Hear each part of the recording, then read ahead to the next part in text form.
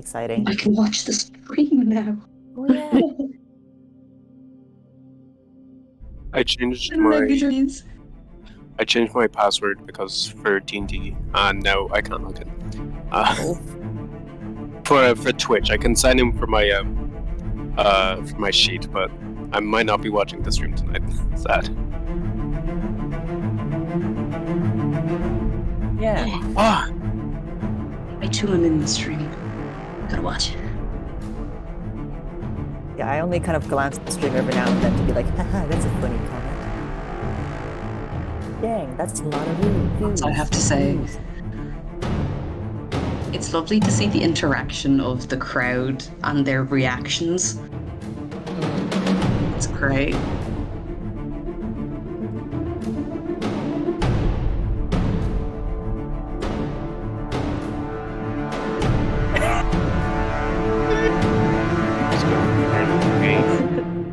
everyone scream oranges. Yes! Oranges. Oranges! That's so Innocent, innocent, Oranges, smooth or orange. Better yet, oranges? or Orange. better yet, Clementine. Oh my god, Clementine. You come onto that category. Yeah. I'm not gonna. I'm gonna pretend that I didn't forget clementines was a type of orange. Yeah. No, I don't know the difference either. Same, yeah. I just see an orange go, that's a big orange. That's what they are.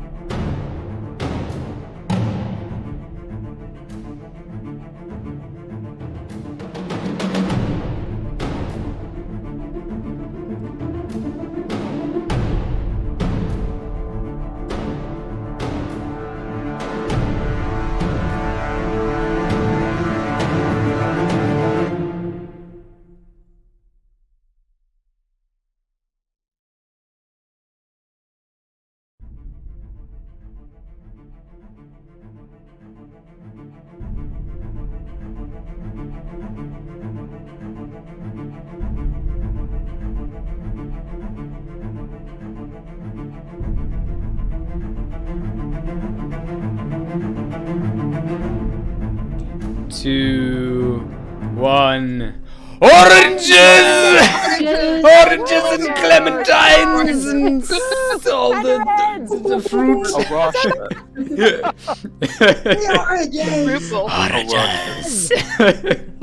Hello, everybody, and welcome to AD D&D. Brought to you, of course, by Animation Dingle. So, the finale, for anyone who doesn't know, of this mini campaign that's taking place, will take place live at Animation Dingle Festival in March, and the tickets for that festival are still available on Eventbrite. If you do want to grab a ticket, they're still there. My name is Gabriel Galway, and I am your Dungeon Master for this evening. And tonight, I will be immersing you in this epic time traveling extravaganza. We haven't gotten to the time traveling bit yet, but there is time traveling, I promise you. One spoiler I'm giving away. These games are sponsored by Dakota Irish, and they are the best place to go for beautiful quality artisan D&D goods for your games. And if anyone is looking to sample their wonderful wares, there are giveaways throughout the stream. And for fan art, you can get giveaways. There will be announcements for that at the very end of the stream from last week. Or you can simply stick around in the chat and listen out for today's bingo word. So, 2 dice sets can be won tonight. So I'm going to go switch over to the giveaway section here. You can see. So we have this gorgeous, where is it? There it is. Beautiful, sparkly purple dice, which are available. And we have these lovely blue crystally dice that are also available in tonight's giveaway. So, Pretty. So lovely. I love the pretty sparkles. Sparkles! So the first raffle starts right now, and you have until the end of introductions to send your bingo word into the chat. And I'm just being told them now, so they should be announced. Go for the last 2, I will say. Yes, the last 2 are perfect. We'll go with those bingo words. So, put your bingo word in the chat. There'll be details as well, exactly how you put that in the chat. I think you have to also at Animation Dingle for it. But yes. Our second giveaway then will start during our break video. And if you enter the correct word in the chat and during the break video only, you can enter this for the second giveaway. You'll be put in the raffle for the second giveaway of the night.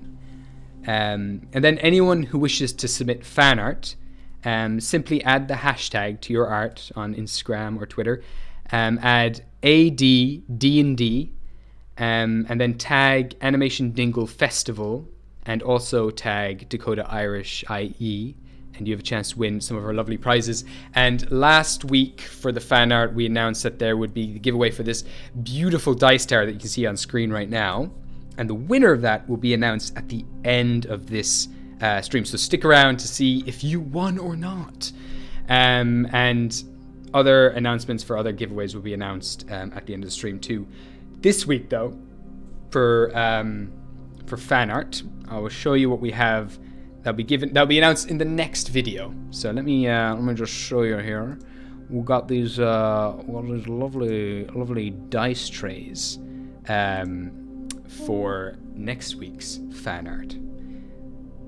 So, Oh, they're pretty too. you have until next week's stream to submit your fan art, and the winner will be announced at the end of next week's stream. So keep watching them. Purple heart hat tray there, people. Beautiful, beautiful purple art hat tray. It's gorgeous. I'm jealous.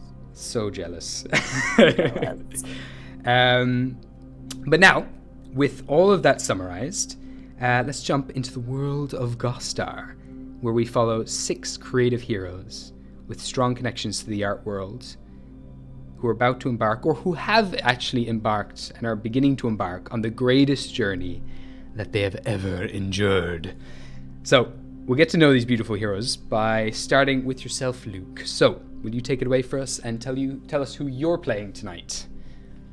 Yes, I am playing Iridessa, a cleric and art collector who also has a little friend named Lexi, a silver pseudo dragon who follows her around.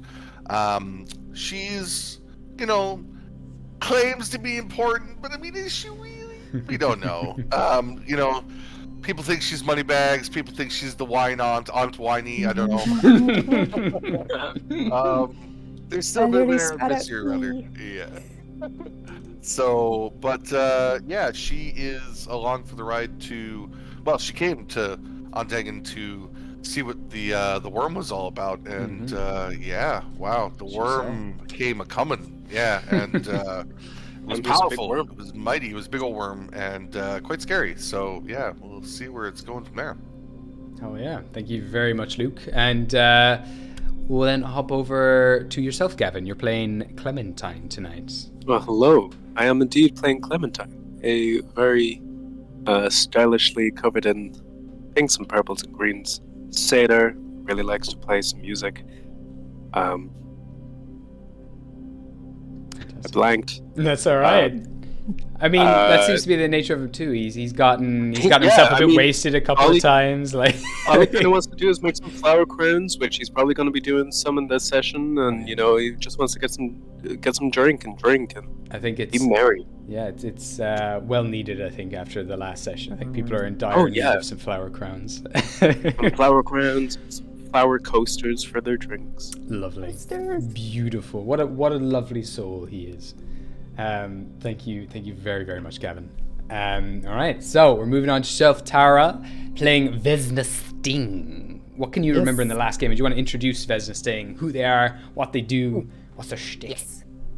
Okay, so Vesna Sting is a small but mighty, very mighty, fairy barbarian, beast barbarian. So don't get on her grumpy side. She got them claws.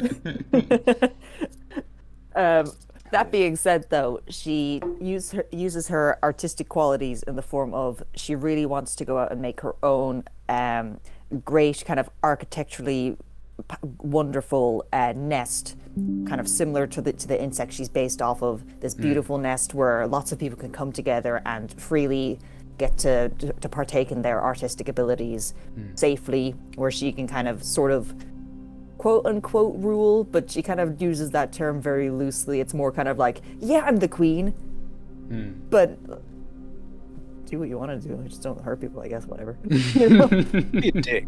Let's paint. Be nice. Hell yeah. Last session things went bad.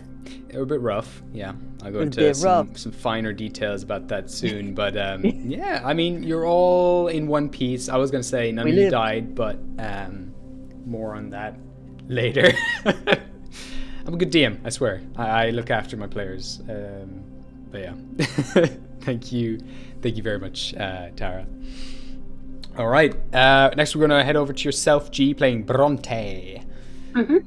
Bronte is a Dampier fighter with half-orc ancestry. She is a painter. Specifically, she paints in blood. That's like her thing. She normally paints things for warlords at home in Guinea, mostly very, gory pieces. Usually she hasn't witnessed these gory scenes herself. The other day kind of changed that. So I guess it inspired her. Not in the way Fish was probably intending, but I guess she'll get some artistic merit out of this, maybe. Maybe. Yeah. I mean, there's lots of inspiration going around at the moment. So. Tragic inspiration, but it's sometimes seen as the best for some. Brilliant. Thank you very, very much, G. All right, we're going to head over to yourself now, Kira, playing Aval, or Aval. Aval is an Eladrin from the Vale. She is cool-headed in appearance, thrives in chaos, and loves a good surprise.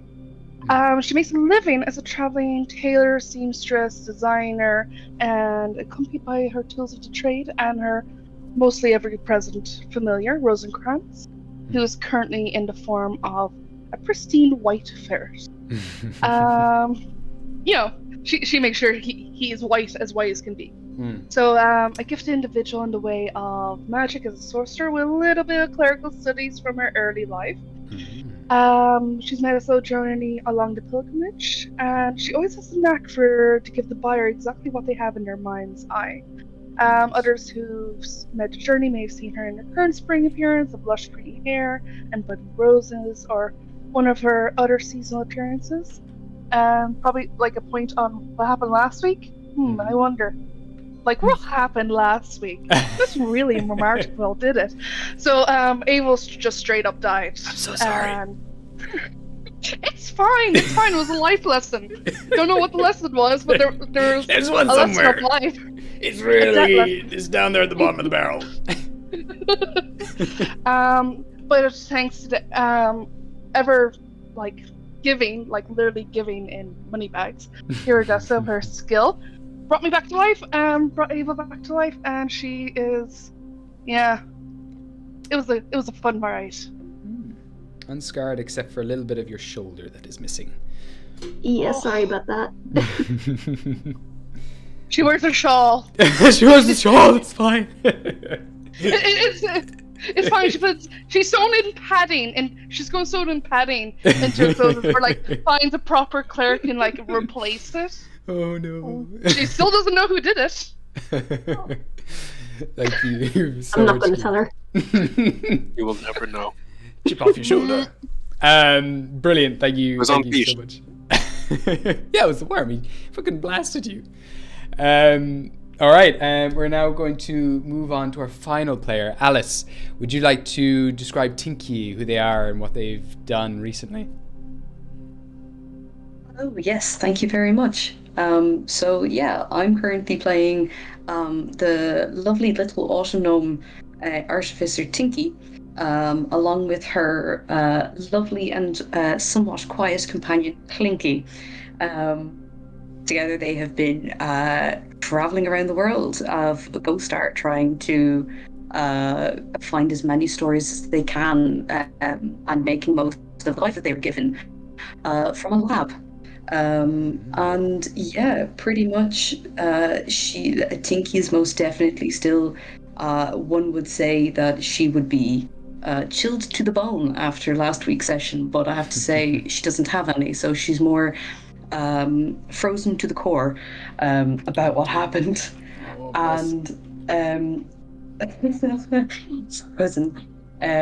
But yeah, always looking for a new story, and suddenly has now been thrown into more of an adventure that she ever expected. I don't think any of us would have expected to everyone almost dying. She wishes to simply make friends and find the most worthy and best bard in all of Gostar to perform with them on the biggest stage, which is what's known as An Daingean. But from the looks of things, I think she's going to stick small, considering from the look of things, she doesn't even know how much of An Daingean is left. So we're going to find out. Yeah, that stage blew up in a bad way. Brilliant. Yeah, she was hoping to blow it up in another way. Less destructive. Yeah. That was a sad time. Or yeah, lovely notes. Just explode the place with wonderful notes. So this is our wonderful cast of players. For anyone who's just joined the chat recently as well, the bingo word has been announced. I believe it is runt. And if you put runt in the chat now and at Animation Dingle, you will be in the chance, in the run-up to win one of our beautiful dice, which are sponsored by Dakota Irish, these beautiful sparkly purple dice, or these lovely blue crystally dice. You have until I summarize the events of the last game and we jump into the actual gameplay that to get those words in, so send them in now.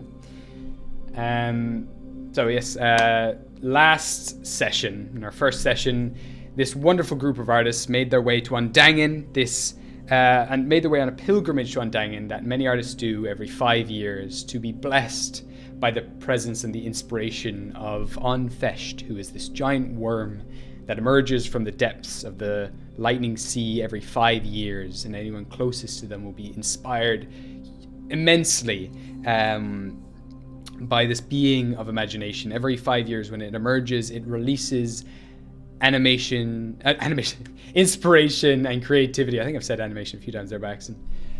Inspiration and creativity into the world. What animation? So much animation. He did this time animate a bunch of rocks, which was kind of cool.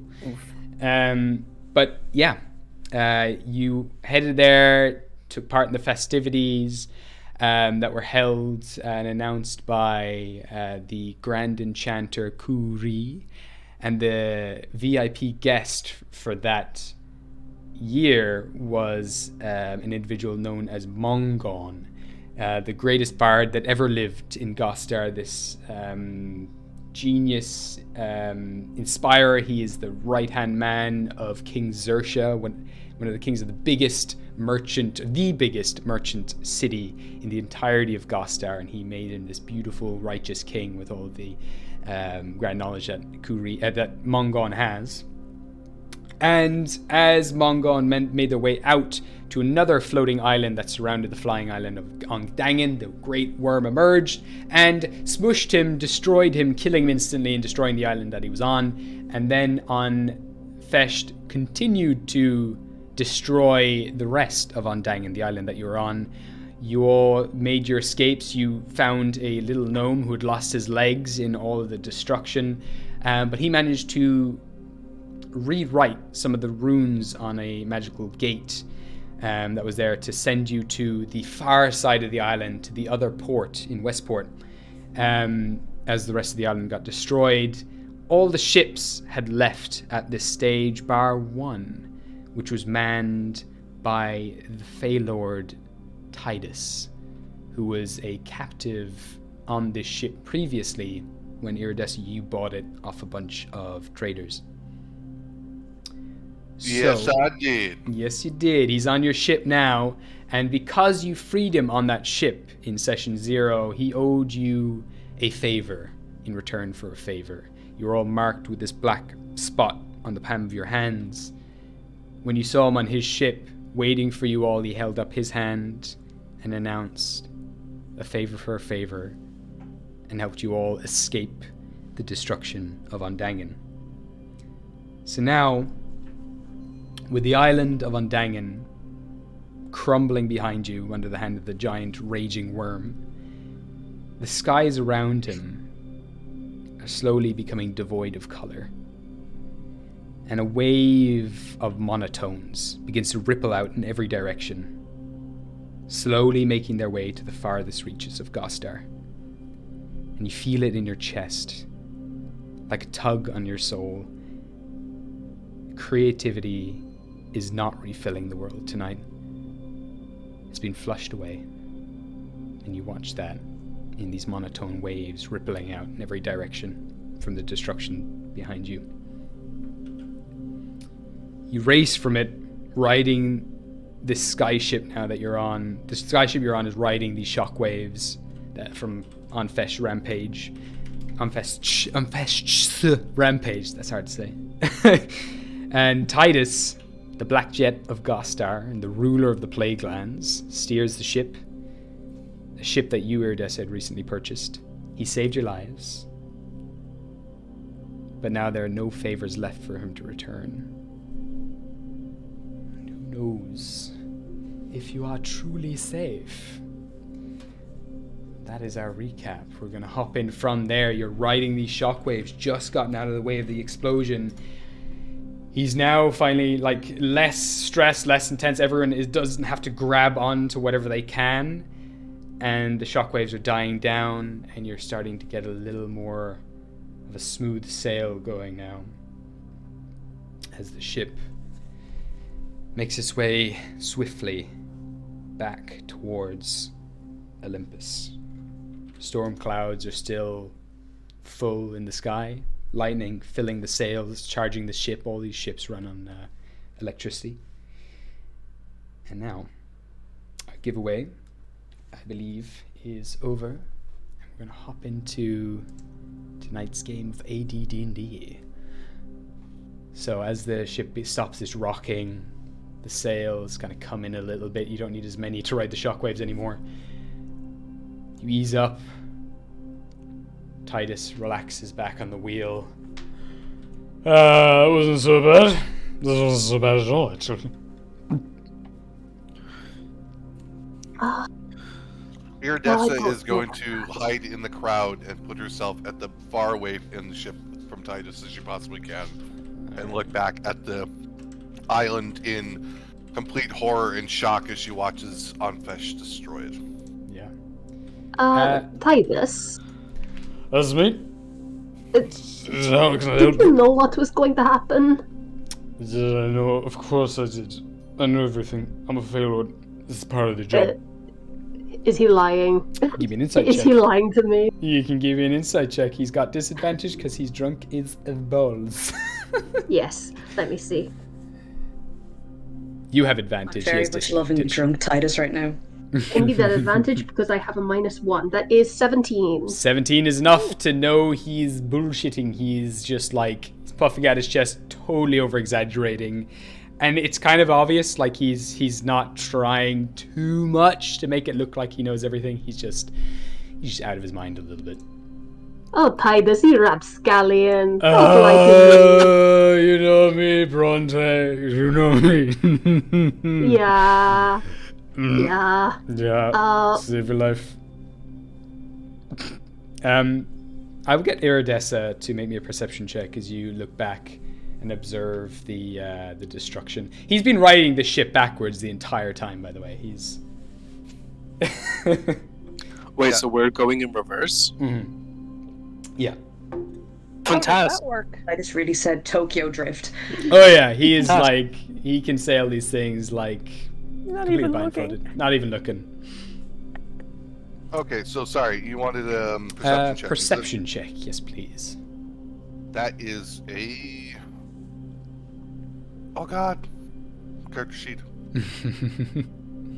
That is a 15. 15. Yeah, you can see this. What you would get with a 15, most of the island at this stage is completely decimated. And on Feast, who is tearing through the remains, is now kind of hunched over in pain. This red and green electricity seems to be emanating out of its back, shooting off in every direction out of its back, and then back around like these kind of curling wings that then go down his body into his hands, causing the slice around everything around him. Iridessa kind of reaches out her hand silently towards Anfesh, kind of recognizing the pain that he's in, or it's in, sorry. And just kind of looks, I don't know, forlorn at it, trying to figure out what's wrong with it and why it seems to be in so much pain. There's definitely a tightening in your necklace as you kind of take that scene in. Do I feel like the necklace is responding to Anfesh or to her emotions? Give me an insight check. Insight yourself. God dang, that's good. I'm inciting myself. Do I get advantage for inciting myself? Yeah. Sure. What are your emotional vibes today? What are my vibes? 18. 18. There's some sort of connection. Maybe not between the two of you. Maybe between the two of you. You're not sure. There's something that you two have that you're sharing right now, and it's not just an emotional kind of relationship. Between the two of us. Yeah, there's some sort of okay. like deeper connection there. All right. She will snuggle into Lexi as she looks. Is she far? How far away are they? I suppose it's too far to do like detect magic on or anything like that. On who? Sorry. Oh, on Fish. Feast, Yeah, you're like hundreds of like thousands of feet away at this stage. Yeah. Gotcha. Okay. All right, crew. Everybody, get scrubbing. Get throwing some of the fucking water off the ship. There's too much of it. It's been raining a lot of blood, a lot of fish. Get throwing them off. Keep some. We'll eat it. It's gonna be a few weeks of travel. There's no food on this ship. Just rum. Just rum. I mean, that doesn't sound bad to me at all. Right? This is a man of I fine would actually taste. like to get my hands on some of that, to be completely honest. Oh, yeah. No. It's mine. But, But please, Oh, you did say please. I believe, though... I'll make you a flower crown. Tempting. Very tempting. Give me a persuasion check. Make you a very nice black rosed flower crown. Fantastic. Ooh, 14 plus persuasion, did you say? Yes. That's a 6, so a dirty 20. Oh, you know, there isn't many flowers that go... I don't think anyone's ever given me a flower crown before. For a flower crown, you may sample one bottle. Oh, that's very kind of And you. he chucks you a bottle across the ship. Give me a sleight of hand check, please. Oh no! Oh no! Dear. Okay. That's a 16 plus. Ooh, Sleight of very good. hand. 3. 19. Yeah, you catch bottle one hand. You got yourself a bottle of rum, my friend.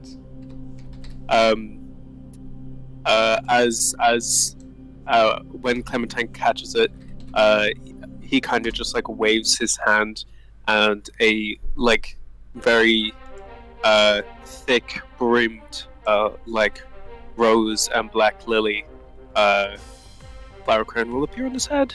He kind of looks up. Oh my god, am I pretty?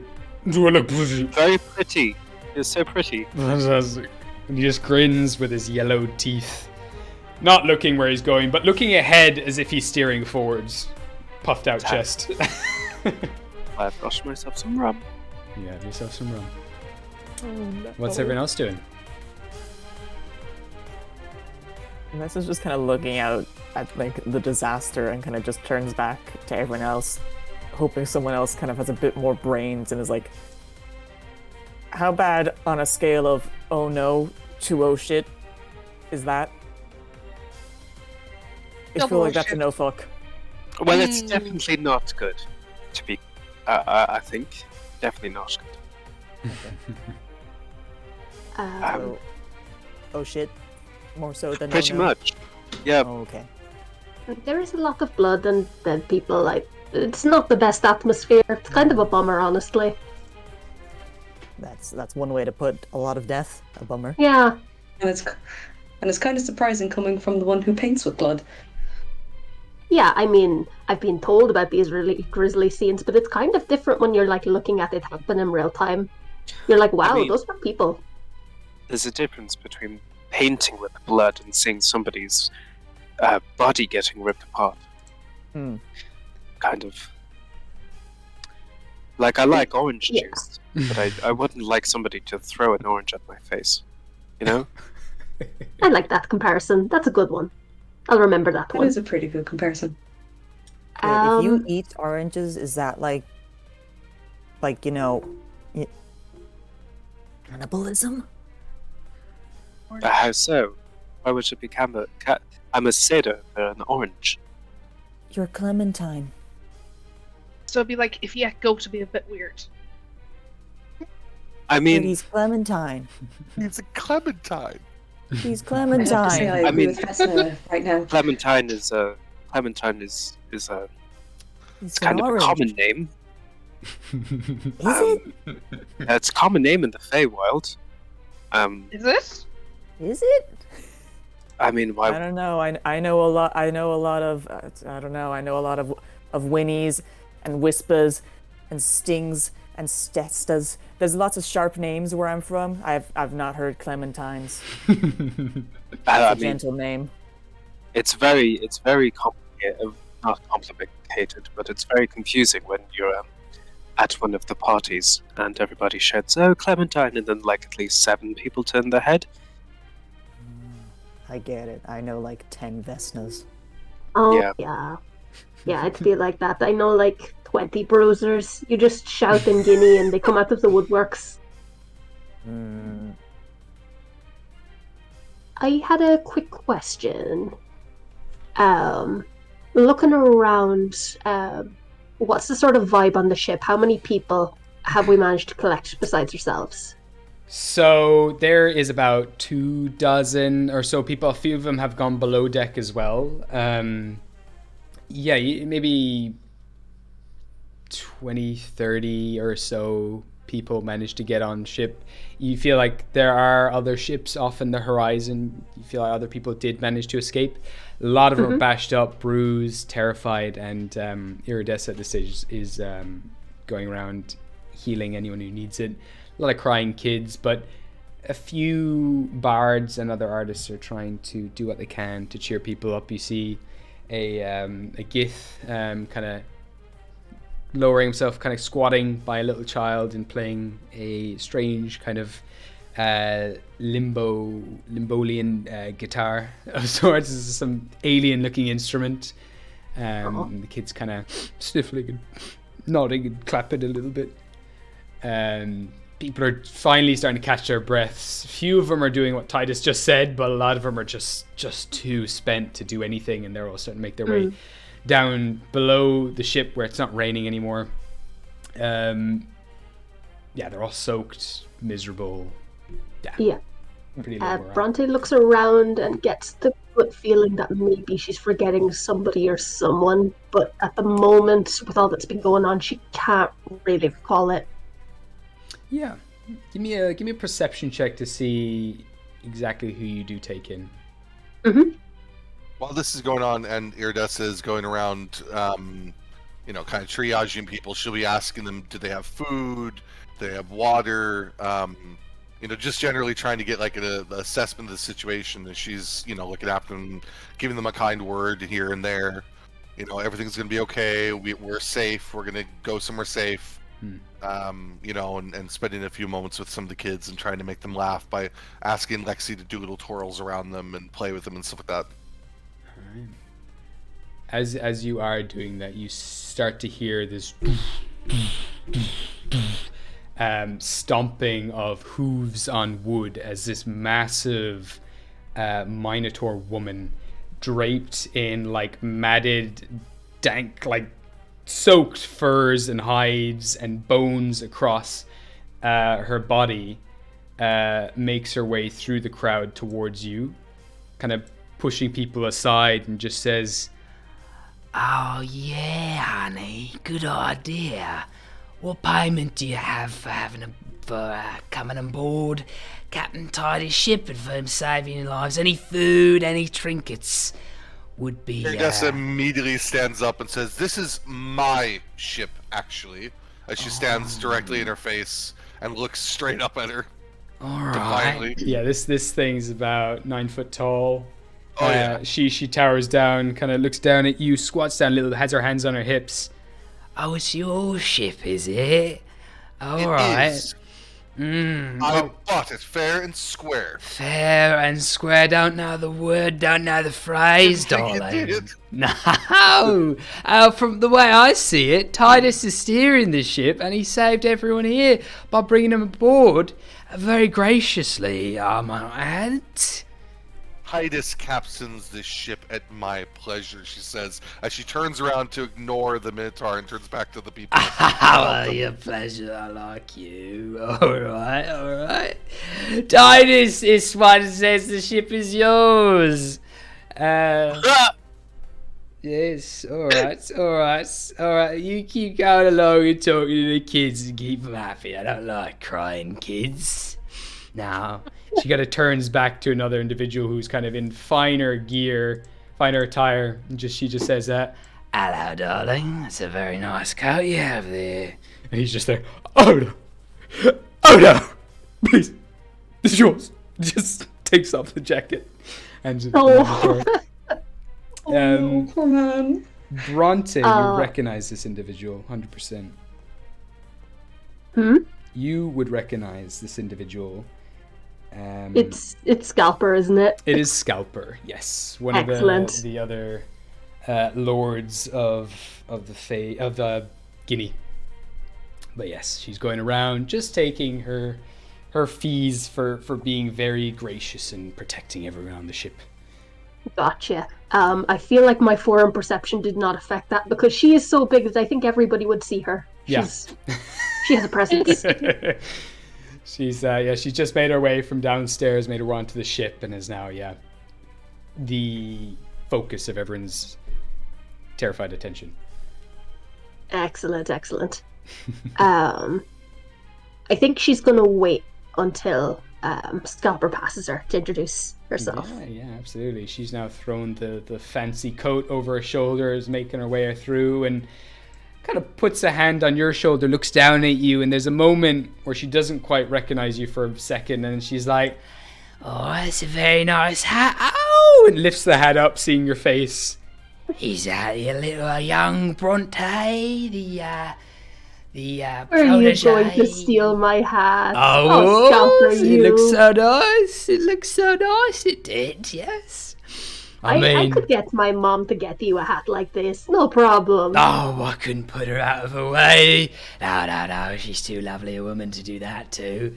But no, you can keep your hat and your scalp. Yeah, I'd like that. I'd like to keep my scalp very much, thank you. I heard you were coming to this little festival. Yes, were you enjoying it? It was very fitting for like a brilliant place to gain some inspiration for your very destructive paintings. Yeah, did you see the amount of people that died? It was wild. Oh yes, I did. I aided in some of the engagements. I have to admit, I took advantage of the situation and had myself a few fresh ones, and Pats a few fresh scalps that dangle from her hip that are still bleeding and mixing with the water on the ship's surface. Blood. Oh, lovely. I, as a player, am horrified. Bronte, the character, does not care. This isn't normal to her. I love her. Best girl. Best waifu. What are you doing here, Scalper? I didn't really think. Well, I know you commissioned me and all, but no, you did that yourself. Oh, can't be telling you my secrets. Can't be telling you my secrets. You can give me a persuasion check. Okay, let me see. Was it persuasion? Persuasion, yeah. That is 14. Oh, you could be telling anyone else this, but listen, come on. So, turned out masterful Titus got himself in a pickle and, looked for his best of the best to come bail him out. By that time, he'd already done it himself. We had nothing really to do, so we just tagged along when we met him at An Daingean. Oh. Yeah. Lost a few on the way, I have to admit, as weren't expecting to be as much chaos as there was, but I'm here anyway, and I think what's his name again? The little gnome likes to run around the giant moving city. Oh yeah. Oh hey, do you want to know a secret about Titus? Oh yeah, go on. We found him locked underneath the boat. They were going to taxidermy him. Go taxidermy? Yeah, can you imagine him taxidermied? I mean, in some ways it's a bit fitting, but nah, doesn't suit him. He's kind of one of those unkillable types. You'd be ashamed to see him go. Raider! That's the one! Raider.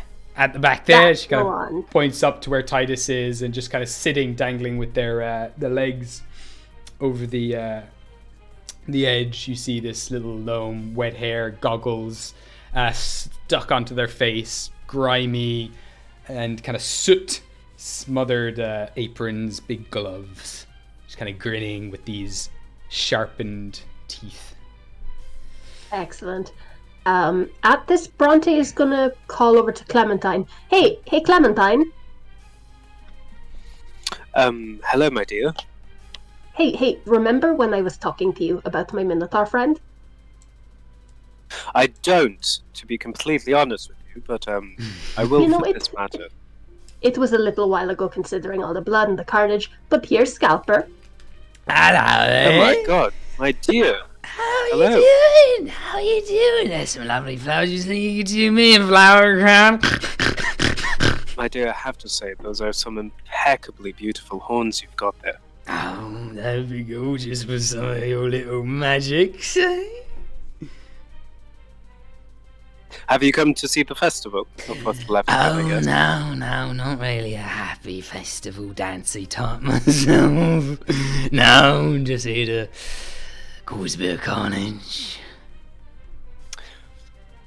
Now, to be honest, I kind of like the sound of that. I'm not one for it myself.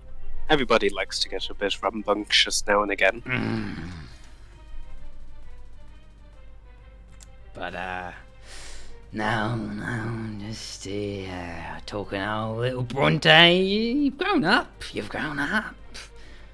God, it's been. How long has it been I now? don't know, like a year or something. Yeah, traveling does it a lot to you, I must say. It's so different from being at home. Something like that, yeah, a year, 5 years. Don't really count them anyway. I have no calendars or time teller where we go. Just gotta try to count them by the amount of kills. Yes, darling. I mean, the first mistake is keeping track of time at all. Yes, Don't do that. absolutely. You just have fun by not caring about the time. Yeah, absolutely. I'll just see how many scalps I can get in by winter. That's a good idea. Are they like free range scalps, or what is a scalp? They do usually run away, but not for long. Scalp is just the skin off the top of your head. I like to try to keep as much as of the hair intact. I like to wear them, you know? Pretend I'm I them. didn't realize that was removable. Oh, this is a very fine and difficult art form, the old scalping. And he's very... Understandable. he's a very fine, finessey hand. I can teach you a thing or two if you want. If you have a few subjects in mind. I think I might leave that to your beautifully skilled hands. I feel like I would be doing a disservice by branching into the same business as you. You flatter me so. You're one of those sweet talkers, ain't you? I mean, I'm not such a sweet talker. It's great. I've forgotten the word, but it's very easy. You've got a lot of compliments. No, you better stop before I rip your heart right out of your chest. Bronte, my dear, I'm going to leave and walk over there, and Clementine is just going to point in probably towards Iridessa. Safety Probably a wise decision. Mom. I'm very much glad I got to meet your friend. Oh, they're lovely one. Loveliest set of locks of hair on their head.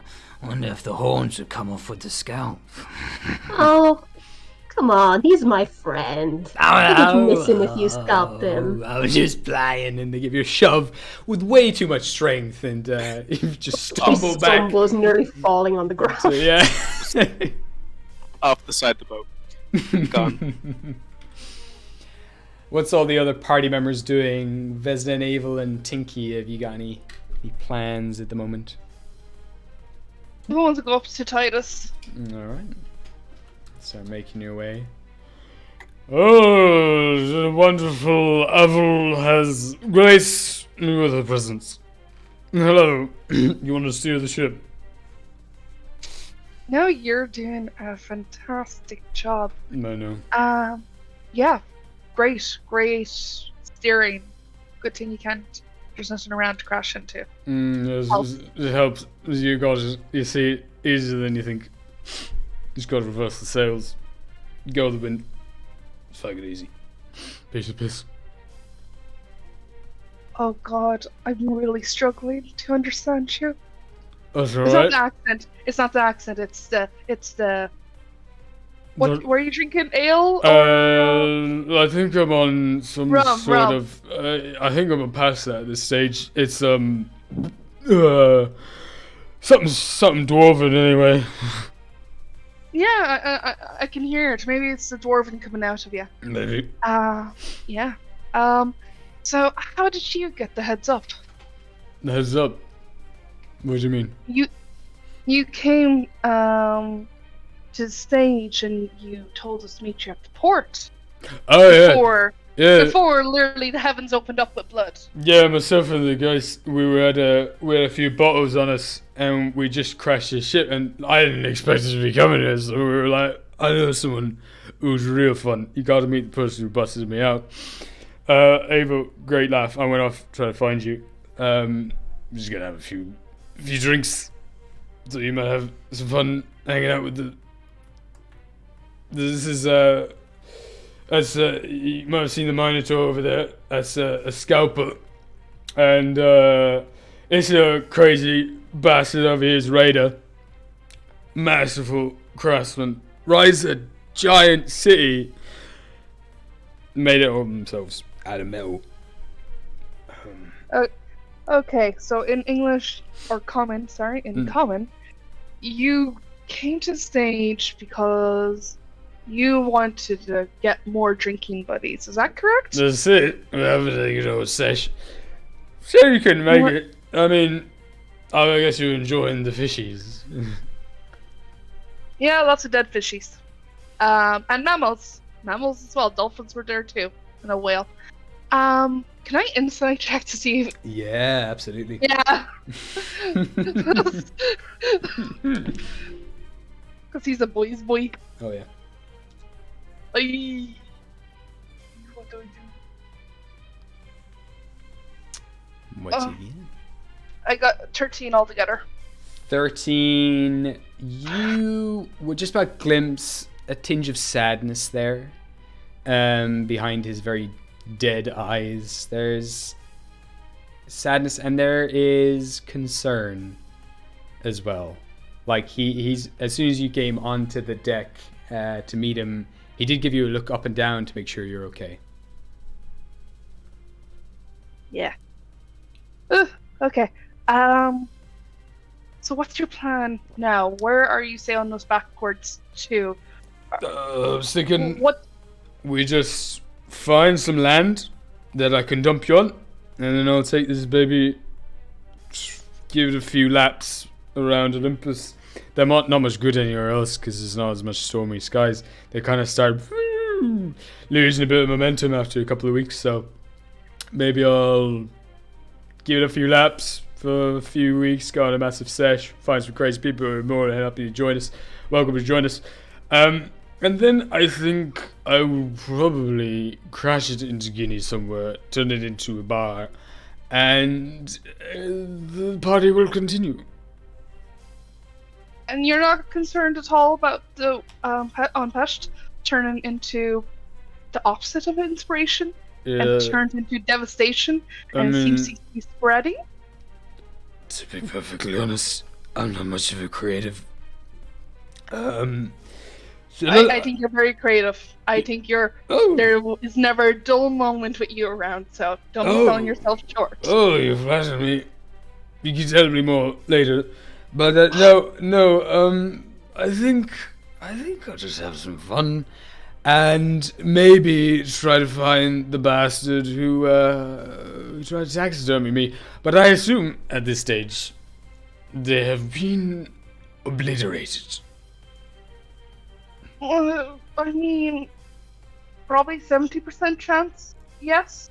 But, there's always that chance that they got out.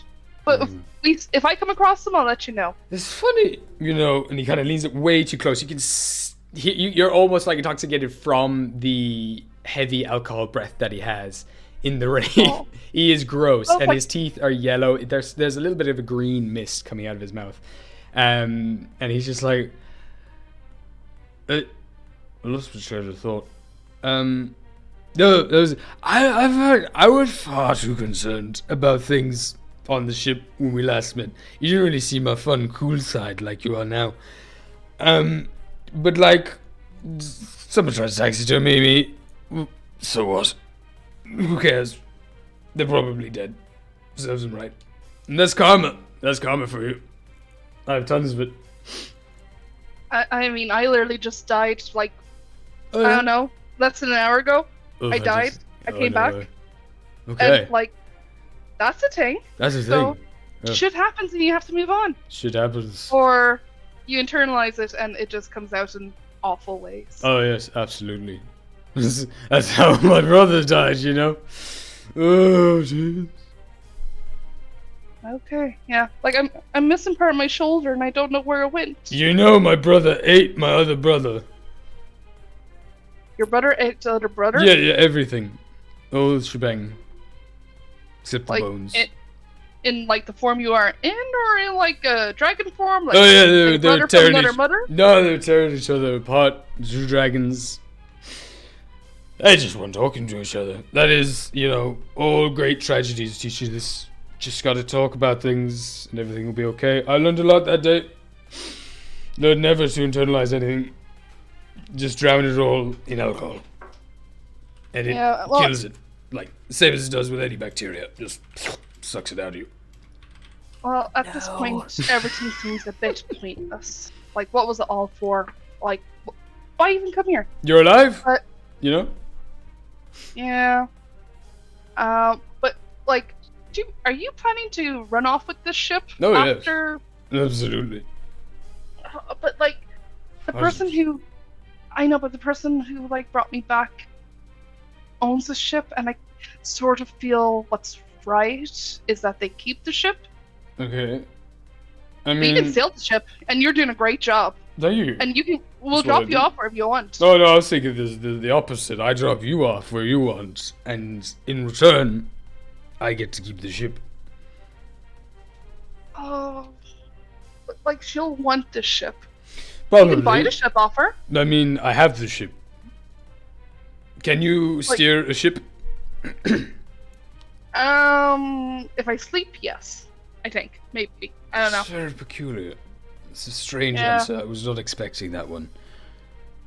But as I see it, I'm the only one who can steer the ship, and so the ship is mine.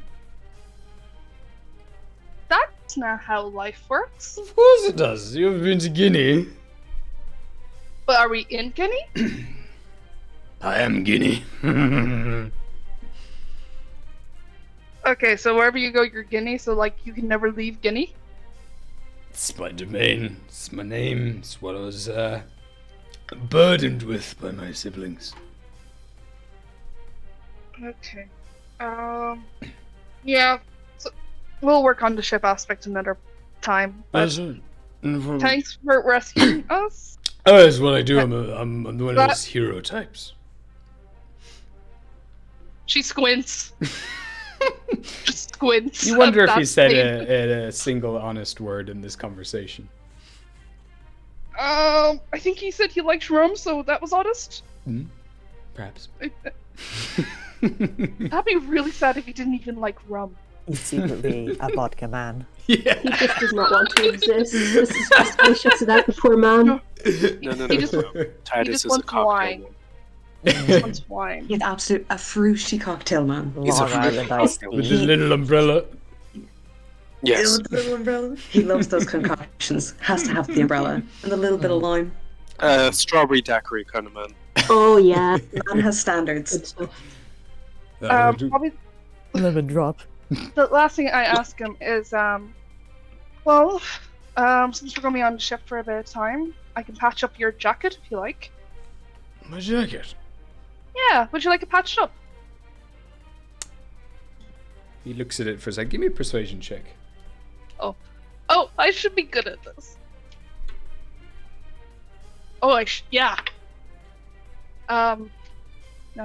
16.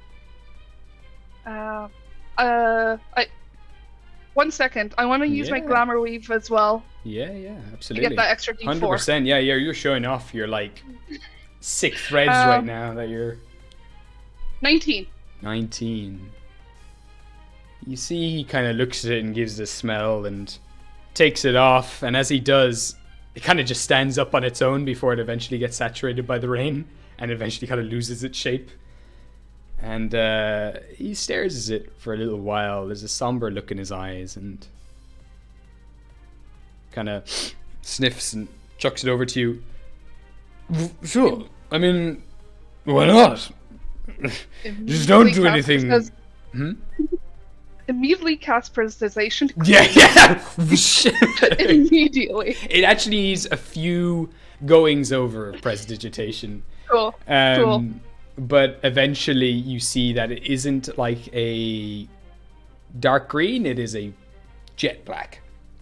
And you immediately pick up that it is a magical item. And he just looks at you. Just don't do anything strange with it. Just, you can remove some of the tatters and do a little something, but like, don't change who it is, you know what I'm saying? It's got a personality, it's got a story. All good clothes have a story. I take it and I sort of find a little corner and say, have a good day. Go easy on the drink. Easy peasy. Don't crash into anything. He looks around, open skies. I'll try. While they were distracted, Iridessa would have tried to go below deck. Okay. Yeah, absolutely. Send you down there. Assuming she's kind of gone around to.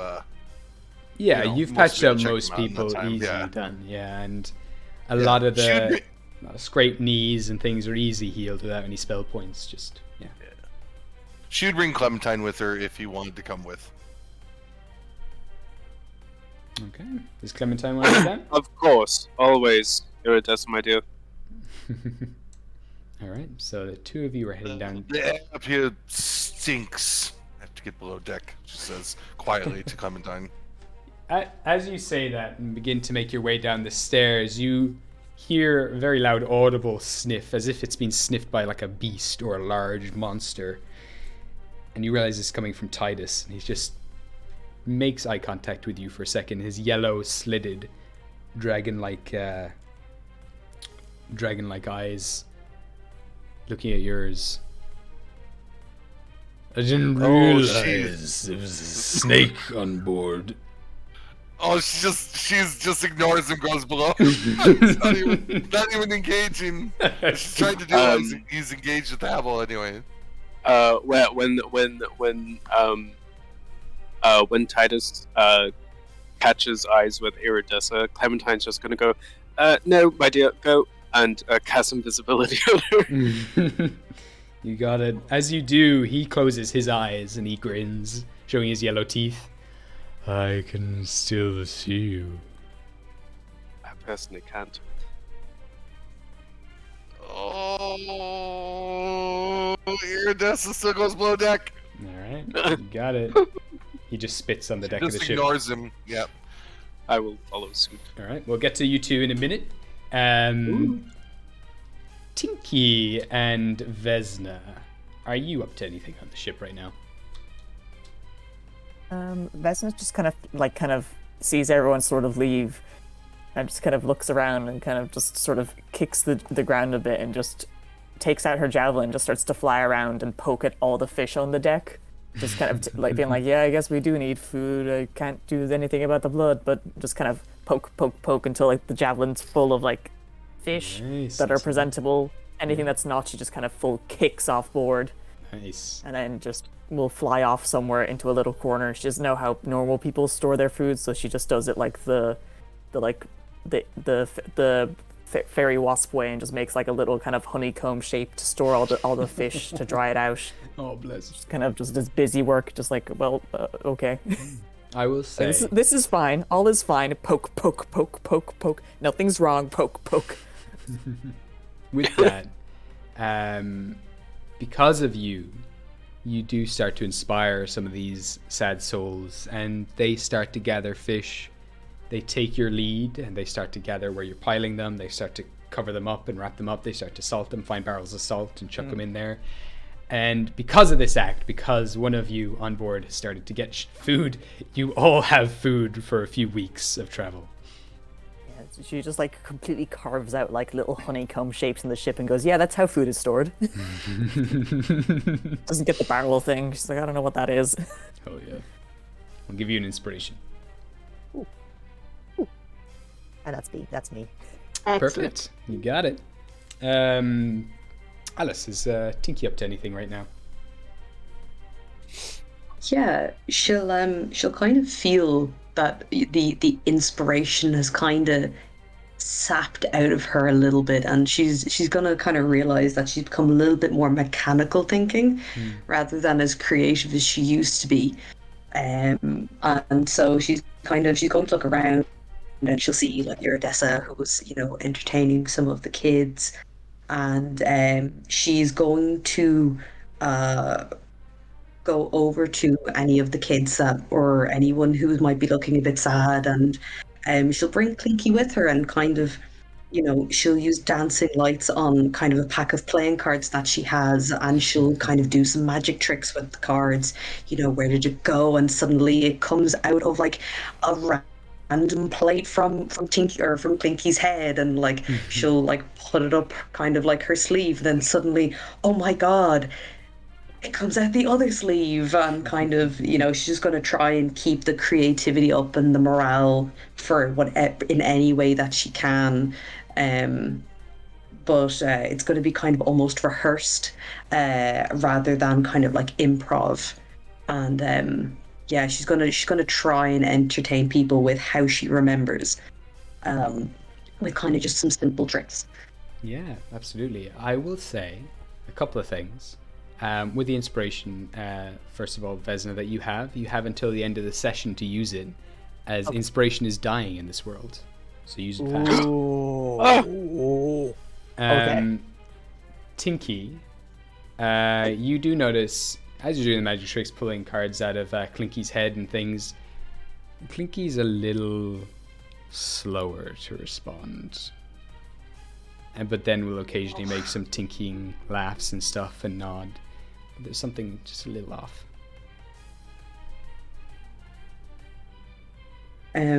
Yeah, that's going to be kind of a little bit concerning to Tinky, as this is this is her right hand robot. It's her friend. But to kind of to finish off with any of the tricks, she's going to cast rope trick. And she's going to, for her final act, make Clinky disappear. Oh shit. And that's going to be where she will cast it kind of near one of the masts.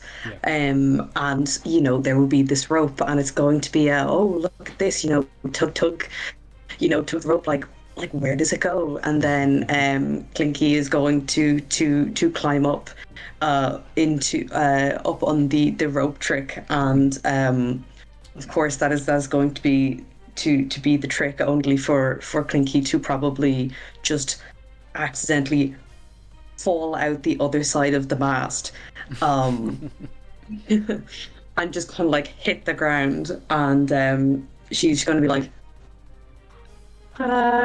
he came back. And she then herself is also going to climb up the rope, and then she's going to kind of sneakily like come back out of the vortex, and hop down from the other side of the mast on the other side of the ship. And she's going to kind of dancing lights kind of around her, being like, ta-da! Yeah. Still got it. At this stage as well, I think he's still trying to get up. Pain clinking noises. Yeah. Oh yeah. Amazing. At this stage as well, a few of the kids who have been kind of just watching, absolutely speechless the whole time, and you do finally release the last thing of dancing lights, their eyes just kind of light up, and these massive smiles fill their faces. They're definitely missing a few teeth as well, just grinning ear to ear, just like tugging their parents, like, you see, they jumped out of the sky, and they start like just dancing and like splashing in the water and jumping to one end of the ship and then racing to the other. It's like, I'm over here, and the slips, falls, gets back up, gets to the other, and now I'm over here. You see me? I know how you did it. You're just really fast. Tinky is going to be incredibly impressed by these kids who are super fast, and just she's absolutely flabbergasted You know, like this is so cool. She'd never seen this magic before. You know, my goodness, you must teach me that trick. And of course, she's probably the same size as them, so it's going to be kind of like, whoa, these little guys have such cool magic. I must learn it. One of the boy who just did that has his arms folded like in front of his sister's like, yeah, I'm pretty powerful. And then the little girl's like, no, I saw him. I saw him do it. He was just running. You didn't see him. Your eyes are broken. She just gives a little huff. I can do it better. I think he's gonna. She's gonna go broken. And she's going kind of very like sneakily and kind of self-consciously kind of like go over herself to make sure like if she doesn't have too many dents or scratches. She's like, no, I'm not broken. I'm not broken. That's just magic, you know. It's just magic. And she's going to pull the rope that's still hanging, just out of the sky, and she's going to wrap it up and pop it back in her bag. You got it. As you do that as well, you do feel a little twitch for a second in your eye, in one of them, and you kind of shake it off. And as soon as you pack away the rope, the kids are immediately now looking for rope somewhere on the ship so they can try to do it, and they eventually find it, keep throwing it up in the air. It's like, how did they get the rope to sit? They just try to get the rope to hang up, and one of them is trying to like get up high so they can hold it up high, and they're like, okay, now you climb it. They go off and try to redo what you did. Yeah, she's just gonna say practice makes perfect. You guys have your own magic that you can absolutely make most of and learn.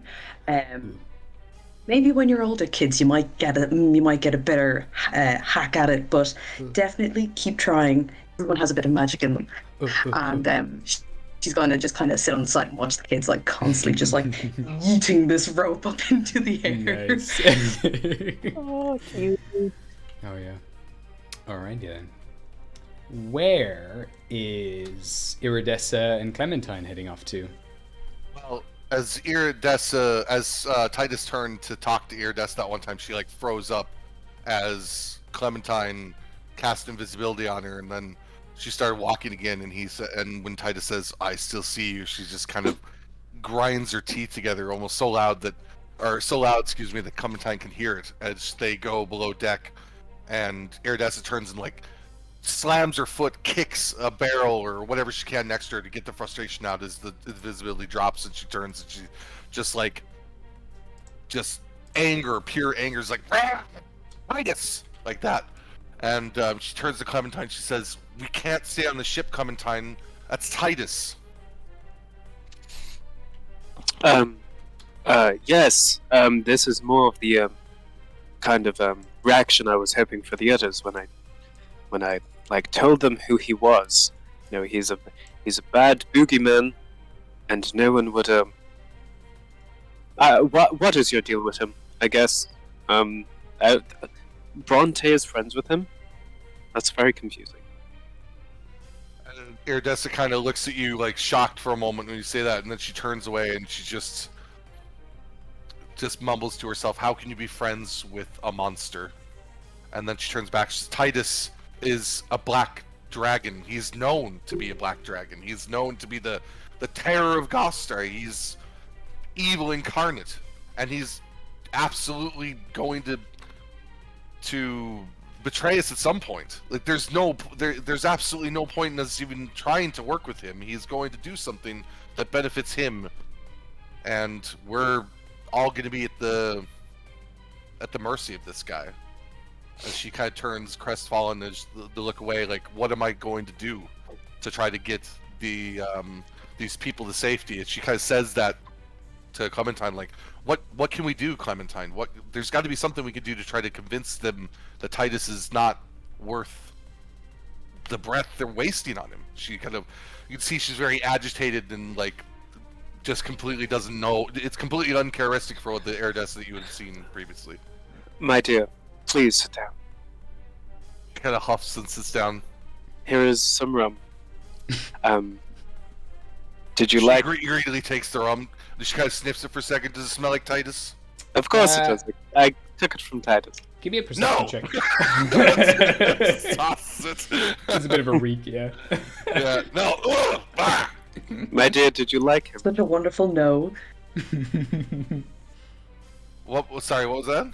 My dear, did you like him? Did I like Titus? Did you like Titus? No! Are you Inside kidding? check! You can give me an insight check. Luke, you can roll me a deception check, even as a placebo if you would like, but yeah. You wouldn't. He's Roll a your charmer. insight check. 8! What would an 8 discern? You're fairly certain she's not lying. But you know there's definitely something there that... Like, there's something between them, but it doesn't smell, for lack of a better word, like, romance. My dear, friendly rivalry between dragons is not something that I am known to know about, but you're completely correct. I mean, even the Fae we know of him is... I mean, he's considered the Black Jet of Gostar there. Very evil man. I think we should get off the boat as quickly as possible. Yes, but unfortunately there's these people here. I have to protect these people. I can't let them have them. Well, He could eat them for all I know. I wonder... I wonder whether the closest landing port would be. Do you think he would take us back to Port Gully? Do you think he's going that way? Clementine, Does- as he says that, she kind of gets up and moves a bit closer. Clementine, I can't talk to Titus. He's drunk right now, which means that he's not going to pay that much attention to me. He'll forget about me in 30 seconds. Even after he said that, he's forgotten about me already. But as soon as he becomes undrunk, he will remember that I'm here, and he will tear the ship apart probably to get to me. Well then, I personally will go and return his rum to him so that he can continue to drink it. Exactly. We should I keep might him as ask, drunk as possible this entire trip, and me as far away from him as we can. I don't want Titus to hurt anybody else because of me. If he smells me, you saw what happened there an instant ago. Yes, that was not, I mean, I don't know his character. It kind of seemed a bit out of character, but, I might mention it to Bronte to see if she could, get Titus to drop us off drop us all off at the nearest port. What about the ship? He's got hold of the ship then. He's currently manning your ship. Honestly, Clementine, the ship is the least of my concerns. I just want everybody to be safe. I don't want Titus to use people. This is what he does. He uses people to get what he wants. And I have a really bad feeling like he's got something to do with what's happened on Phiast. That's much more important than Titus. Let the ship go. I don't mind. We have to get these people to safety, and I don't want anything to happen to the rest of the group either. But I'm worried about Abel's attachment to him. Yeah, I'm not going to lie. It's very coincidental that letting Titus escape from the boat and then on the Phiast's sad demise happened in the span of probably a couple of hours. Wait, this is the person that you released from the boat? Oh, that's what they were talking about. There was Titus at the bottom of the ship. Oh That my is god, why- she puts her hands on her forehead like, oh my god! Well, to be completely honest, I didn't fully know what was happening because I did leave at a certain point to go get some food, and then forgot, and then came back with flower crowns. The most Clementine thing ever. Oh, Clementine! Taking inspiration. Clementine. Clementine. Inspired. For now. Oh yeah. Clementine, we have to do something. I cannot believe they freed Titus. Like, could they not see how evil he is? Look at his teeth! His teeth! Well, telling them that hey, there's a Fey wild boogeyman locked in the bottom of a ship definitely didn't deter them from letting him go. He's not a boogie. What do you keep? Why do you keep saying boogeyman? It's boogeyman. Boogeyman. Well, I apologize, but it's kind of my candor. It's kind of like my vocab. It's my accent. It's Feywild. He did do a lot of dancing. The people who kind of impersonate him when they're over there. He is kind of like a mini. I mean, okay, all right, fine, Anyway, fair enough. I can see that part. But anyway, he she keeps going. You have to do something. So, what? So you're saying they let him out? He came and talked. Did he talk to Abel?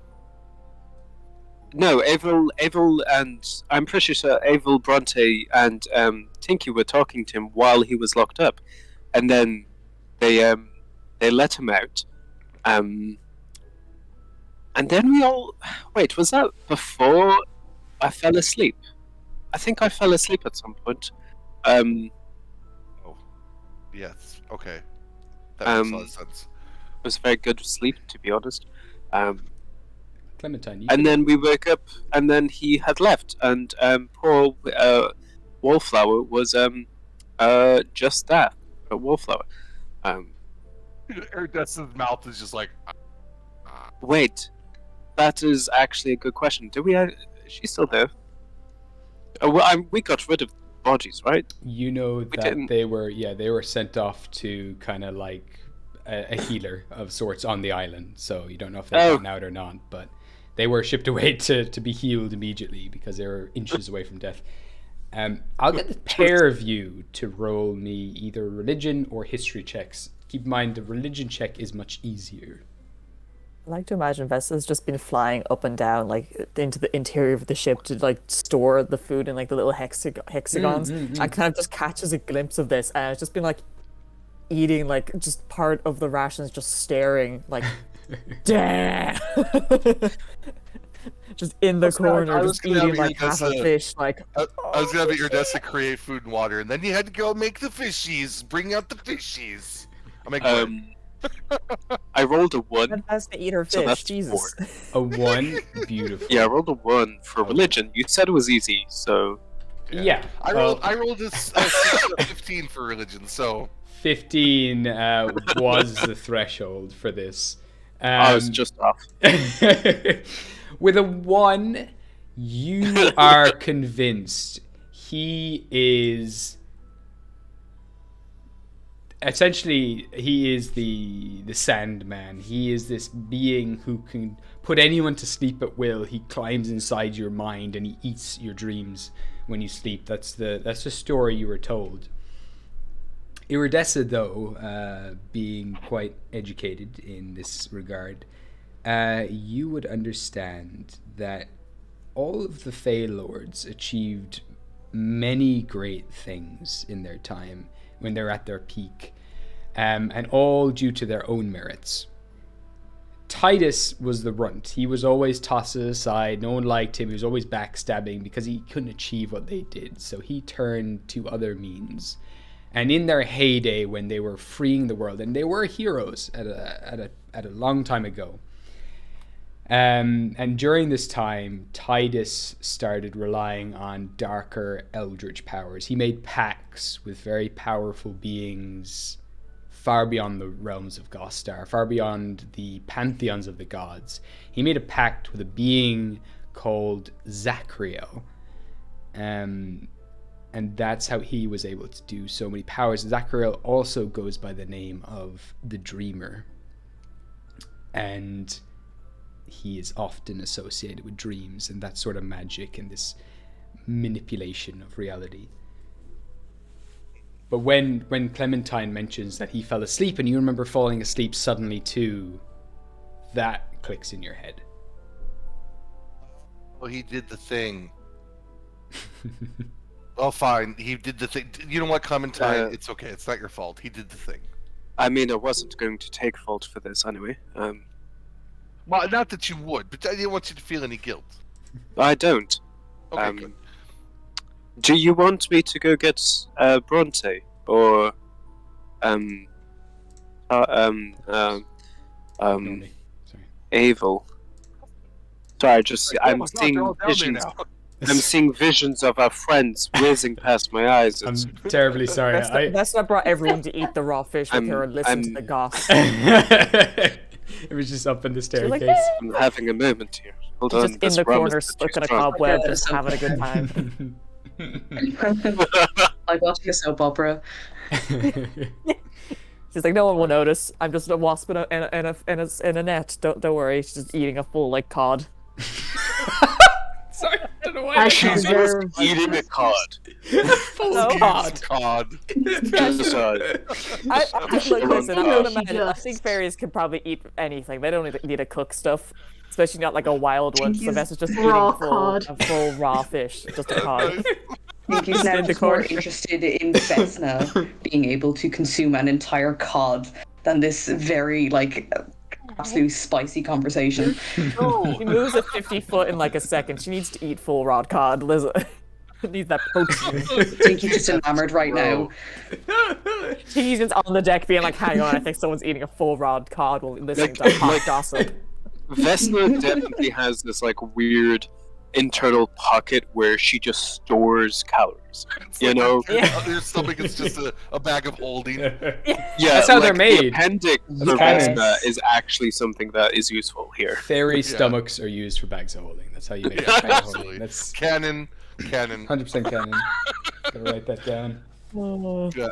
Right. Yes, Clementine. We should try to get the group together, but I'm nervous about saying anything. If Avel is friends with Titus, she could say something to him. We have to figure out what the status of the relationship is. Ding ding ding. Oh yes, I've been catching. I've been catching a bit of Titus's eyes. They're very yellow and they're very prominent, and I can kind of tell when they're open and looking at people. It's very obvious. But I mean, we can just tell Bronte and Avel that we want to be dropped off with everybody to the nearest port, so that everybody can get safe. We don't really have to say, "Fuck you, Titus." Down a hoe, you know. Well, I agree, but I just mean I'm worried about his influence over her. I mean, yes, that is. We've got our designated parents of the group. I feel like Avel. No, to be honest, Yeah. she is an Eladrin. I'm not going to lie. I was going to say maybe, but no, she does kind of like women change with the seasons. So that is I Sorry, don't know. what did you say, like- Clementine? I mean, she's an Eladrin. She is an Eladrin. She kind of. Oh, okay, all right. I'll forgive you this time. But Sorry, I kind of like sometimes I kind of slip into my old dialect, and it kind of like gets a bit all over the place. okay, I am currently Right. still drinking, so yes. that could also be a problem. You can maybe a Constitution saving throw.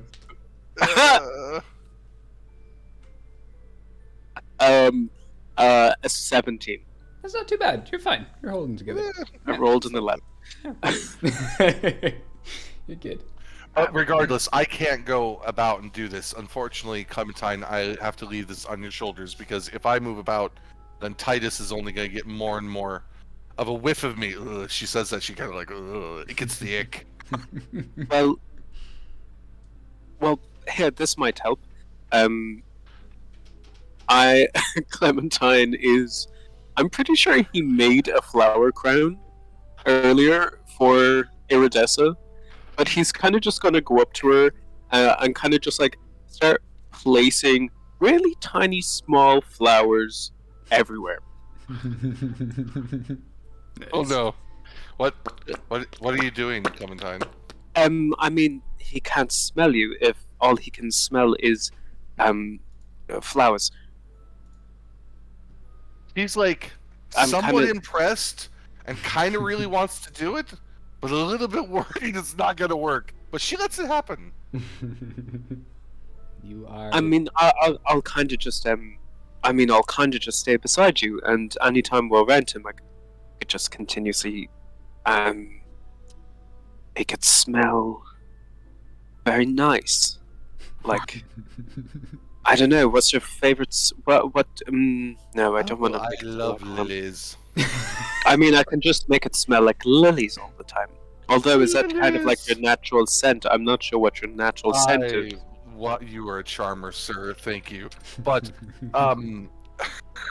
DM, does she think that might work? You can. Yeah, I'll say for free. You know that dragons have an insanely acute nose. Yes. Yeah. It might help to some extent. It might help against a drunk dragon. Yeah. Okay. I'm gonna let it happen. Yep. She's gonna let this happen. Sure. Why not? He's just putting like they look like they're just like silver flowers that are just being put on the rims of her dress and like in the hair where the rest of the flower crown is, and then just on her armor and stuff, just kind of like blend in. Kind of try to blend in. Can I get? Everyone actually, as you're doing this, I will have the entire party to make me Constitution saving throws. The smell of flora just gets too strong. Everyone does. I warned you, man. I warned you. Your flowers are too strong. They're fake flowers, man. They're a different level. Starting strong. Oh god. Thank Fake goodness. flowers, they're special. Wrong kind of flowers. Going through everyone one by one. I'll start with Tinky.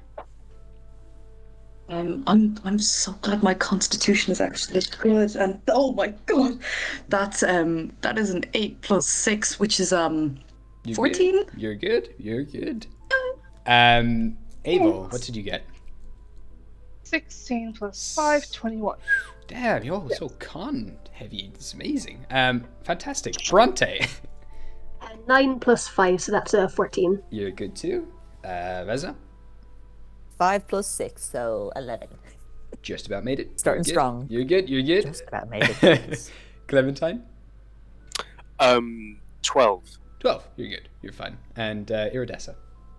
17. You're all fine, but I will say, as it is in the late AMs at this stage of traveling, and you have been decimated by ice recently, you do shrug off the exhaustion to some extent, but it is, you're getting real tired, and all your bodies are racked. The adrenaline has weared off after the few hours of travel here, and every fiber of your body is screaming from the intense battle that you've just been through.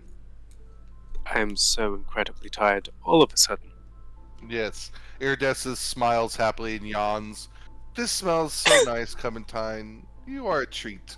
But I have to go to bed. Come on, Lexi. She moves her cabin. We'll do it tomorrow. Yes. Let's sleep on it.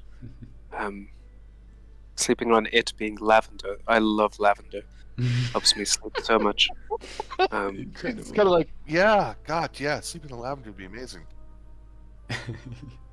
Right. So we could say you have your own wonderful captain's quarters, Iridessa, now that what's it called? Captain Wallflower is no longer the captain. This entire office is yours for the taking. Nice. She's going to lock the door, bar it, put stuff on it, just she doesn't stop him, but 100%. Yeah, absolutely. Really taking precautions. Yeah. There is all of the basement kind of level where everyone slept previously, but there are other areas of the ship open to people now, mainly this area here, and that is about it. There's also, just go through it, you've got the dining floor, there's some nice nooks in here, some nice kind of padded leather benches, long leather benches, but then you also have the sleeping quarters, which are quickly filling up with individuals. So I will ask everyone where you want to sleep for the night. Clementine, since you were there with Iridessa, where would you like to be?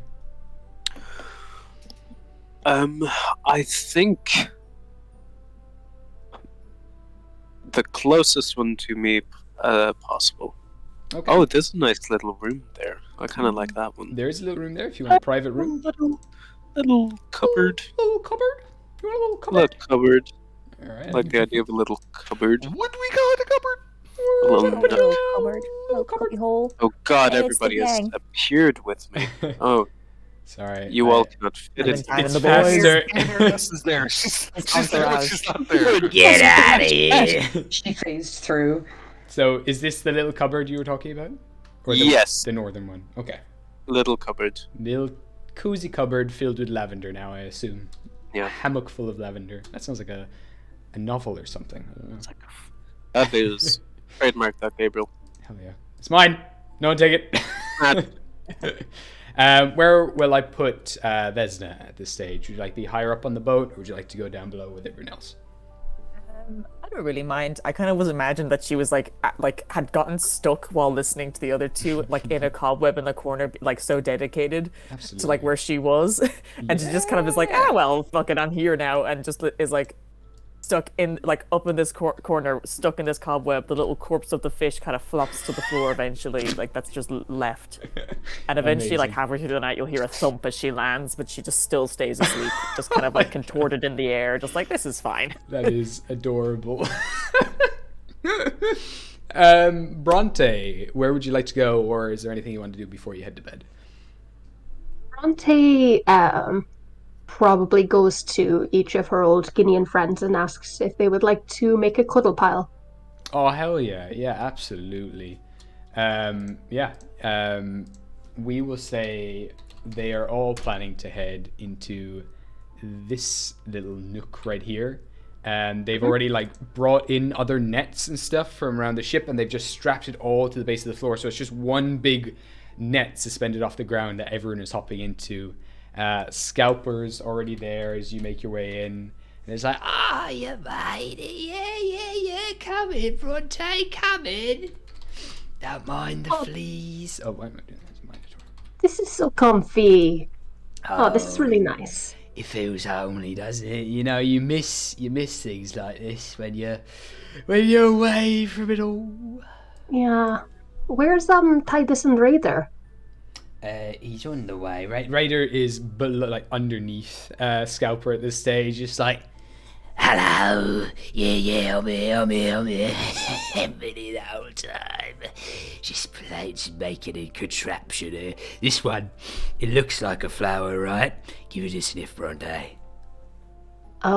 Yeah, she goes for it. you go for sniff, and it immediately like clasps on your face, like little needles stick into your face for a second. You take 1 point of damage as it latches on your Nice. face, and he pulls the petals on the metal flower. He's like, I'm sorry. Don't worry to heal up by the morning, but it was a good one, right? A metal flower, you're like, oh, it's a metal flower, but no. You know, I deserved that from sniffing that. I should have known better. That's on me, huh? No, sorry about that, though. Honestly, a bit careless of me, but hey, that's what they'll be thinking as well. They'll be feeling right foolish for smelling a metal flower. It's very much, you know, when someone talks about something you have no idea about, and you just kind of nod and are like, yeah, yeah, sure. That is Bronte with Raider through most of this. 100%. As you're nodding away, eventually Scalper comes in and is like, I think Titus doesn't really sleep, so he's just going to be steering the ship all night, which does make us get to where we want to get faster. He's not going to trust anyone with it anyway. But for now, we can relax. We'll look after you, Bronte. We won't want the old Queen coming after us for letting your lovely little go to the waist or get chucked over the edge or something in the middle of the night. We'll look after you, we will. I mean, it wouldn't be your fault. She'd understand, surely, right? No, Harriet snap her necks instantaneously. All right. Well, she kind of cuddles into the side of Scalper. Scalper is probably the warmer of the two. yeah, absolutely. A little wet, a little damp, but it's nothing This is fine. not used to. She tries to do a warm-up sketch before she goes to sleep, but she finds she can't muster the creative energy to do so. So she just curls around and falls asleep. Okay. Yes, you can have an inspiration for that one. Avel, where would you like to go, or would you like to do anything beforehand before you head to bed? I would like to see if Iridessa is still awake. Is Iridessa still awake in the office by the time everyone's making their way down? Ooh. No, she'd still be awake. Yeah. Musing, enjoying the smell of lilies. You got it. Or death flower, whatever the hell it smells like, I guess. So you would probably hear a knock on the door, I assume. Yeah. So Abel just goes up, knock on the door, opens the door. It's like, oh god, smells like lilies. Iridessa comes around to free the door up. She kind of like, it's the most ridiculous thing ever. She got like a little something in her hand. She like looks around for like something to pick up to like defend herself with. Grabs it, whatever it is, like a little, I don't know, something long, candlestick. heavy. Yeah, candlestick or something. She opens the door. She's like, "Who is it? Who is it?" Abel? Oh, Abel. Oh, thank God. And she comes over and she kind of pulls the stuff away from the door. Come in, Abel. Come in. And she like kind of rushes her in, looks at the other side of the door, like closes the door really quick and binds it up again. Abel's very confused, very worried for Iridessa. Are you all right, my dear? Yes. Just wanted to just say that you might just have to work on the whole ship thing because Titus will like the ship, and Titus, when you say that. I think Titus will just takes what he wants to take, but we can try and work on it and see if we can come to an arrangement. Or Titus is going to take what Titus wants, Abel. He doesn't care about anybody else.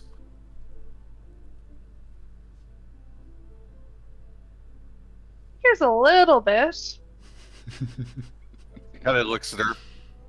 No, he doesn't. You know what Titus is, right? He's a black dragon. Do you know what black dragons do? Fly? Well, yes. When they're in dragon form, I suppose they do fly. But they also kill, murder, take what they want, and destroy things. That's kind of his MO. So if you're born a black... Okay, we're not going to get into the whole thing of, like, if you're born something, that's all you can ever be. Because that's not... I didn't say that. I said he does. He's the only black dragon. So it's not like you can be born a black dragon. He is the only black dragon. That sounds really lonely. Yeah, well, it is probably. I mean, he did.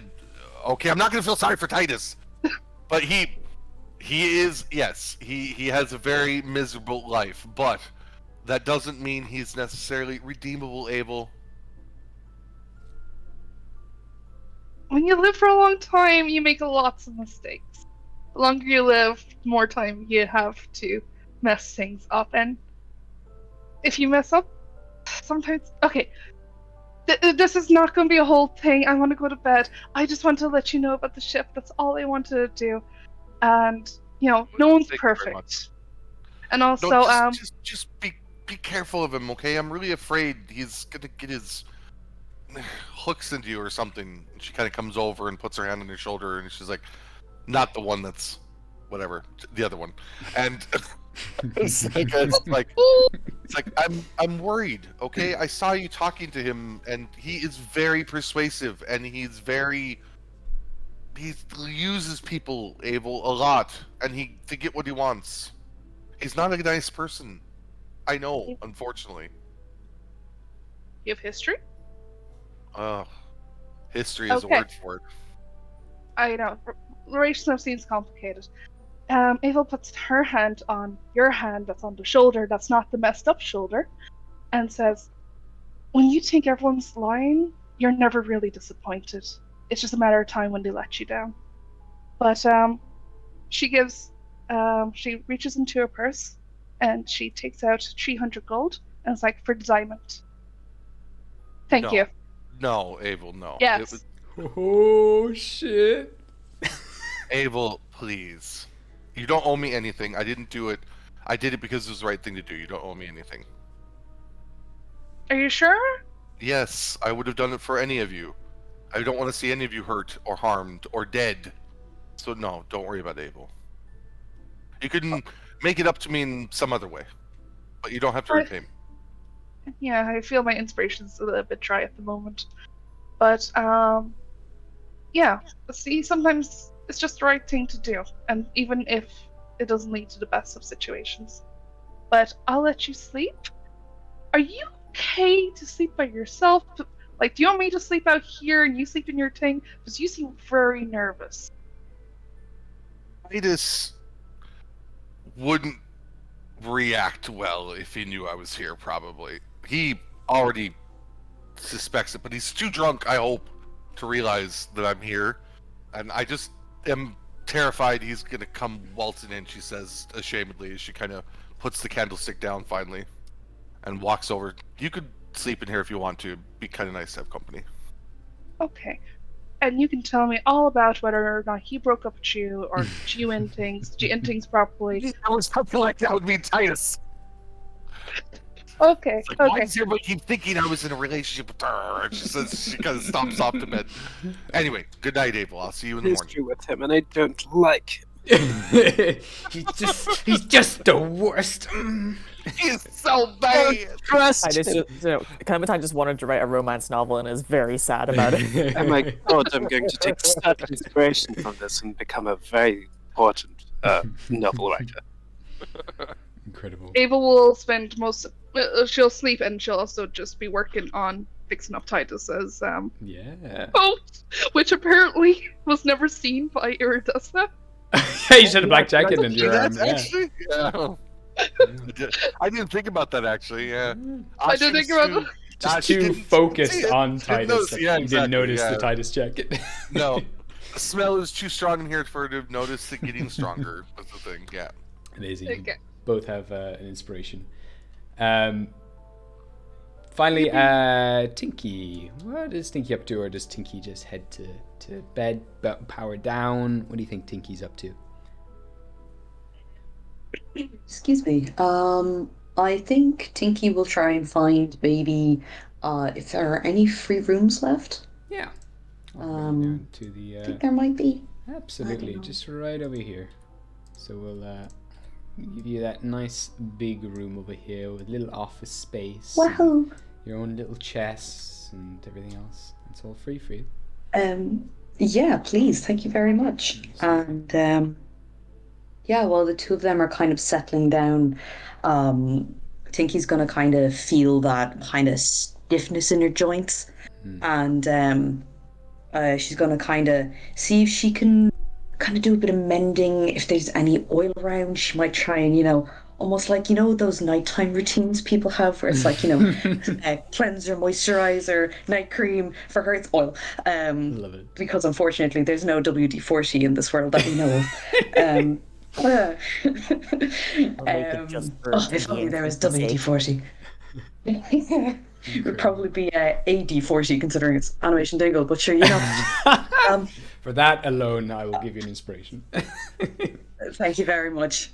If there is AD-40 in this world, she's getting it. She's getting her claws on it. You got it. You found a nice yeah. bottle of the stuff. It's rare. It's hard to come by, but you got it. Very rare. Had to pay quite a hefty price. Yeah, she's. Sorry. No, I was just going to say absolutely necessary for any automatons, evening skincare Oh, yes. routine. Absolutely. I'm trying to think of a better phrase for skincare. Plate care. She's got to say shiny. Yeah, exactly. But she'll also try and kind of she'll sit with Maintenance. Yes, absolutely. Gotta do a bit of maintenance. But yeah, she's going to probably for a little while. She's probably going to open up the plate in her chest, and she's going to kind of check out her core, get Clinky to help her as well. Get like a clean cloth and give it a polish. She's trying to figure out if there's some frost or rust or something that's making her feel this way. And she's going to check it. Because she's kind of slowing down and a bit stiff. And also going to try and do a bit of maintenance on Clinky, see if there's anything she could do to fix that. Maybe give him a little polish. He's still kind of, we're both kind of covered in fish guts. The rust, the rust that comes from that is just, it's so hard to get out. It's so hard to get the rust off, and blood, dries on you. It's crazy stuff. You get some of that acne, that mechanical acne. It's terrible. Takes ages to get rid of. So yeah, it's going to be a bit of maintenance, bit of TLC, some technical loving care, and they're going to kind of try and rest up for the night, and if she can mend anything, she will. One thing, I would say mending up, not a problem, especially with the special oil. But you will notice a few things. So in your core and the fraction of a core that you've given to Tinky a long time ago, they had this beautiful blue glow, lovely golds and bronzes. It's all starting to just lose that tiny bit of color. It doesn't glow as blue as it used to. It's not as shiny and as lustrous as it was, and the luck stone at the center of your core is just a little duller.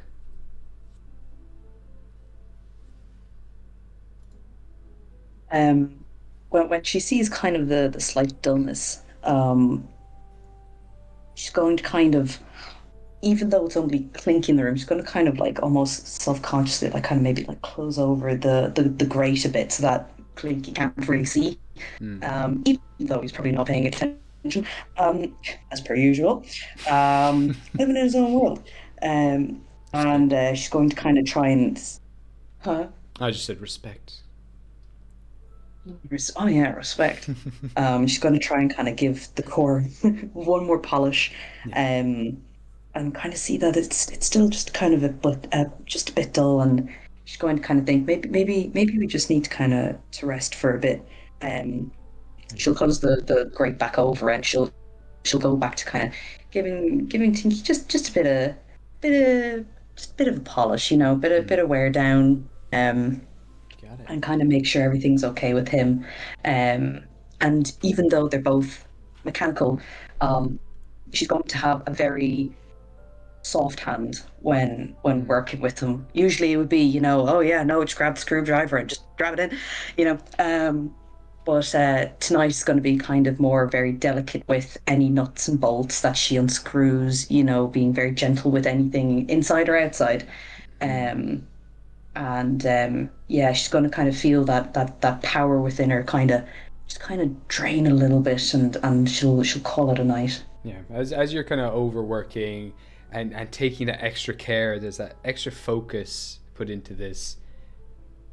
Clinky just puts their hand on your shoulder and kind of lifts you up gently mid-work and carries you into bed. As Clinky carries me into bed, Tinky's gonna kind of push him down, so he's usually kind of in that sitting position, and she'll put his head kind of on her lap, even though she's in the hammock. She's gonna kind of put it on her lap and drape her cloak over his back. It won't do much, but it's something she's seen other people do and figures, I don't know, it's helped other people. It might make tonight a bit better. Yeah. Still a better love story than Twilight. All right. Thank you so much.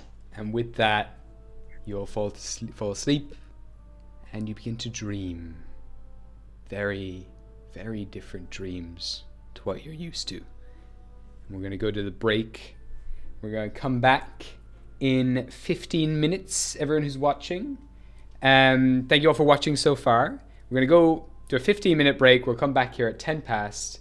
And during this break, there will be another bingo word announced in the chat. You have until the end of the break video to hop in, put the bingo word into chat, and you have a chance to win tonight's giveaway. All the winners for the giveaways will be announced at the end of the stream, so stick around to know if you've won. and we will see you in 15 minutes or so. Thank you all for watching. Oh yeah. All right. Enter the giveaway. It's really cool. It is real cool. Real nice dice, Really guys. jealous. It's really cool. Get in there. We're so sad. Dice are sick. I'm very jealous. So jealous.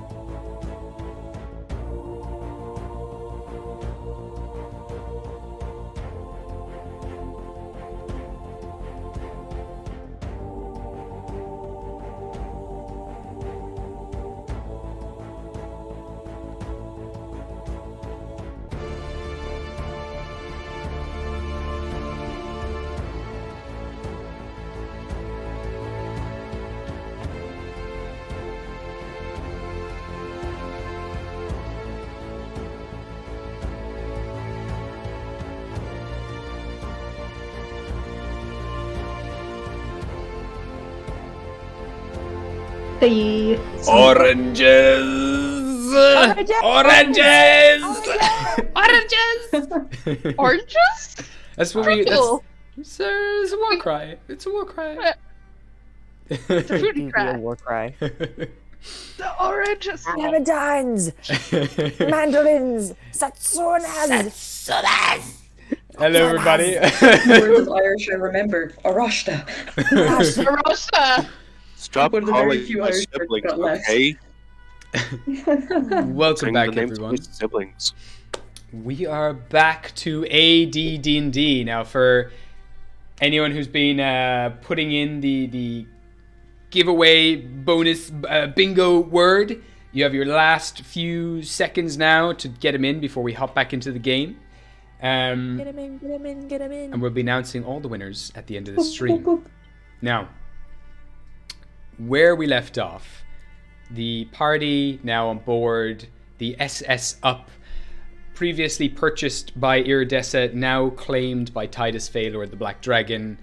You're all flying through the skies of Olympus, the stormy skies of Olympus, and absolutely exhausted. It's about 5 a.m. You've been blasted by a giant worm with its icy breath, been in hardcore battle, been traveling for months, or for some of you years, and you are just completely tuck it out. You all fall into a very deep sleep, and as you do, the last things you hear are the ghostly hums of Titus echoing across the ship as he sails it from on board, at the very top of the deck. Yo ho, yo ho. Iridessa, Uh-oh. you dream, and it's not like any other regular dream that you would usually have. You're very much existing in this moment, living it, and you find yourself weeping over a silver idol doll of a young dragon, its expression frozen in time. You look around and you're surrounded by jagged crystal walls all around you. You look up, and in them you see unfamiliar eyes, piercing blue, slitted like a dragon's, and they stare right at you. You move closer. You take a moment to admire your silver scales and magnificent wings, but they're not yours. In this reflection, you do not see Iridessa. You see Lavaliere, your mother. Oh, she reaches out. Can she touch it? You can. The image cracks slightly, distorts. And now, in some of these shards, you see yourself. The self that you know. In other reflections, you see the face of a young, beautiful woman with silver hair. And in another, you see dark, purple eyes looking at you. The man who sold you the necklace that you've never been able to remove. He looks around, confused. Mother? Mother, are you there? As you say it, you hear your mother's voice come out of your own throat. Deep, confident.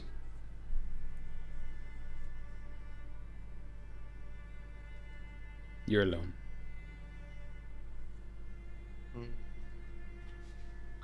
She She looks down at the fragments around her. She still see those purple eyes? Yeah. She tries to reach for the fragment. Can she pick it up? You pick it up, and as you look down in it, the eyes are gone. But you feel them staring at you from every single wall that you're not looking at, piercing into the back of your head. She starts to spin around, looking in all directions, and shouting out, "Mother! Mother, come back!" Something tightens around your neck, and you fall forwards. You drop the idol. You're alone. She grabs at the necklace. Is it there? There's nothing there. Just this burning sensation of your strength being sapped. All that you know in this moment of time, wherever it may be, you just know that you don't have a lot of time. And your dream ends. Eek! Clementine. Oh no! Your dream's a little different. Again, though, you feel it is very real, and you are very much living in this moment.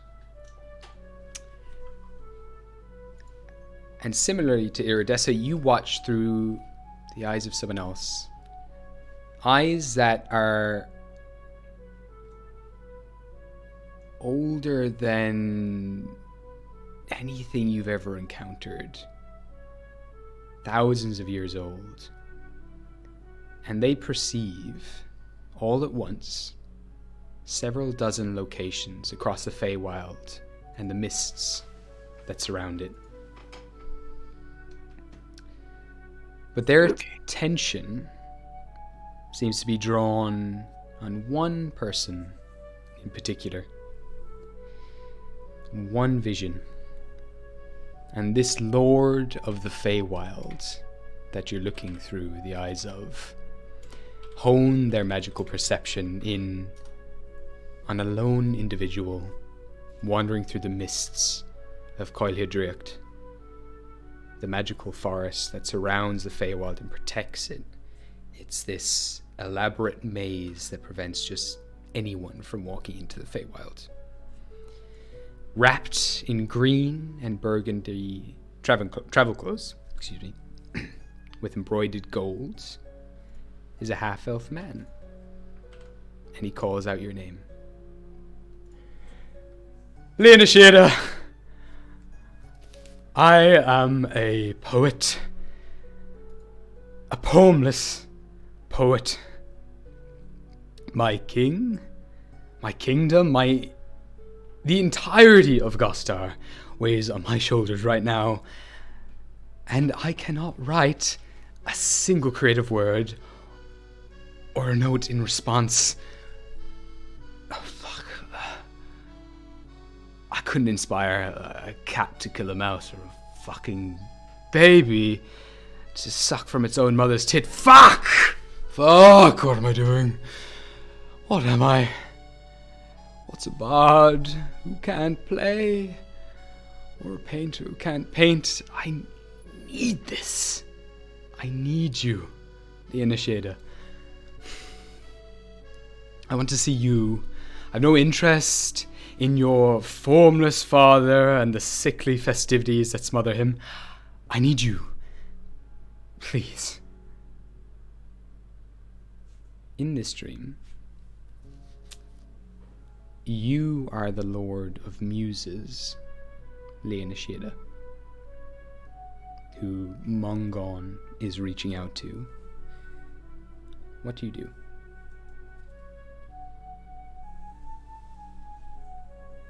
Oh, this is...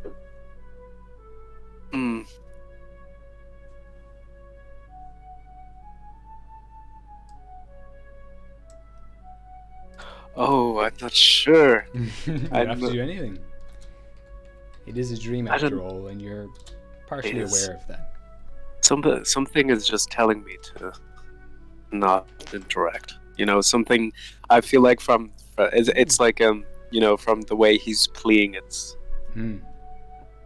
He's very not that desperate. it doesn't sound sincere, but it's like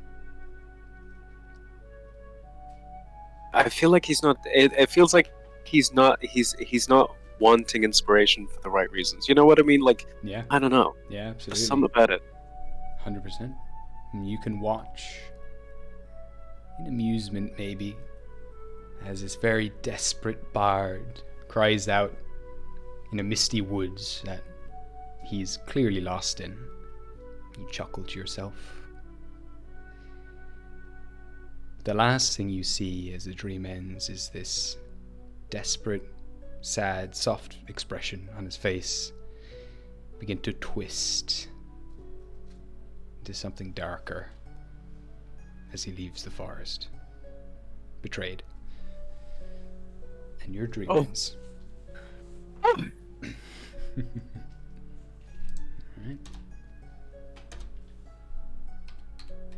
Desna.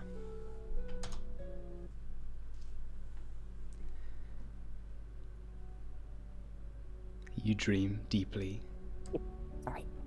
about a lot of things. Fire, smoke, the disturbingly sweet smell of caramelizing fairy blood.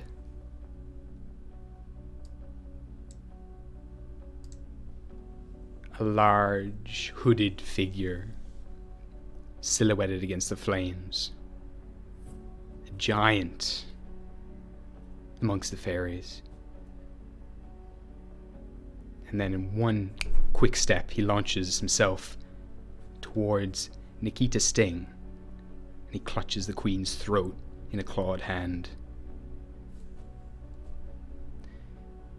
You watch this all play out. You've never experienced this or been told anything about what is happening. The hooded figure snarls. The artifact. Where is it? Your mother is young here. Her eyes are wider, softer, and less scrunched from the years of piercing glares that you're used to. You watch. Give me a perception check. Ooh, okay.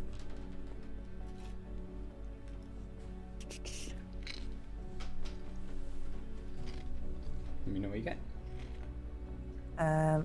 Can I think I'll use my inspiration here, because otherwise I'll end Absolutely. up forgetting about it. 100%. Go for it. Yes, that went from a 4 to a nat 20, so yes. Holy shit. Inspiration well used. This is very hard to see amongst the smoke and everything else, but one thing catches your attention here. Something very strange. The hands of the individual clutching your mother's throat are backwards. Oh. You look down at your arms. Runes of royalty that begin to blossom across your skin. Time has passed. You look up and see daggers staring at you. The judging eyes of your queen. But now, you see the emotional scars that hide behind those eyes. The fire left more than burns. She's hiding something. No, she's protecting something. And you see that now. And you, of all people, are to take her place in doing so. Or so she'd hoped. Years of study thrust upon you. None of it sticks. You're no strategist. months of trying on dresses, makeovers, and preparations to marry you off to someone of her choosing, but not a head is turned, and every dress is torn and thrown to the side as you continue to sneak away and train and build to dream your own dream, not hers. And your dream ends.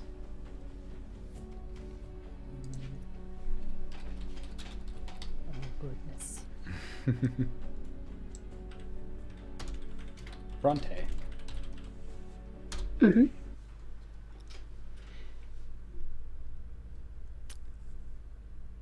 Throughout the night on board the ship, amongst the pile of old friends, you also find yourself cuddling close to the smoking black cape left to you by your mother.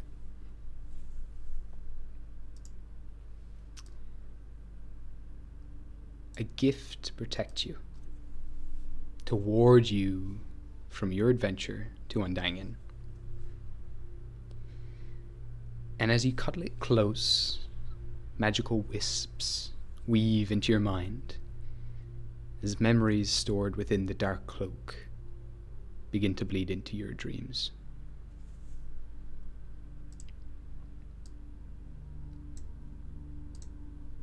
You watch the following events unfold as if you're peering through a smoky black spyglass, and cracks running through it distort your vision. You see your mother, the old orcish woman, draped in fine black silks and wearing a veil over her eyes.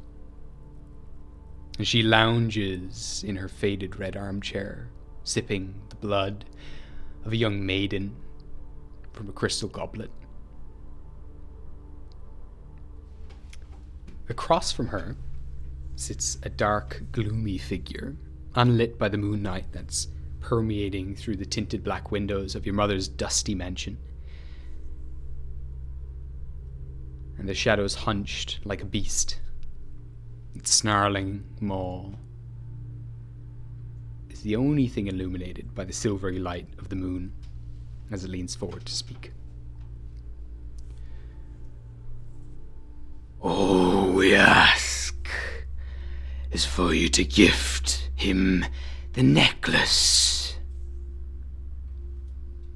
And your mother responds, What you ask of me is to betray Vaylord. Perhaps you do not understand your situation. You may be immortal, but your children are not. My children would tear you to shreds and pick their teeth with your splintered bones. all you see as she speaks is her cracked lips, yellowed or slightly red teeth, discolored teeth. Mm-hmm. We came to you first, but there are other ways to get what we want. You're ruining the nose of my Valerian dwarf with the stench of your wet fur and ignorant tongue. And Fikra might prove to be more cooperative. How is that spawn doing? Oh. What? You thought you could ward that little creature from our radar? The word of mouth cannot be warded, and grand feats drip from bards' lips like honey. The whole of Gostar knows the bard have pierced the bloodless heart of the Scarlet Queen. Harrier stands up gracefully, despite her old physique, slowly walks around the hunched beast, drifting her fingertips across their muscular shoulders, and snaps his neck.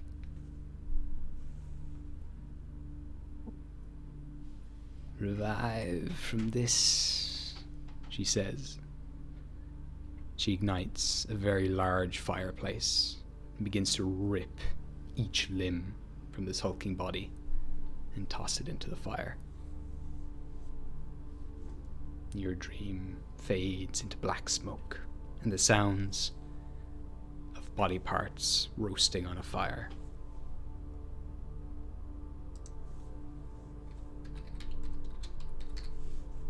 Abel.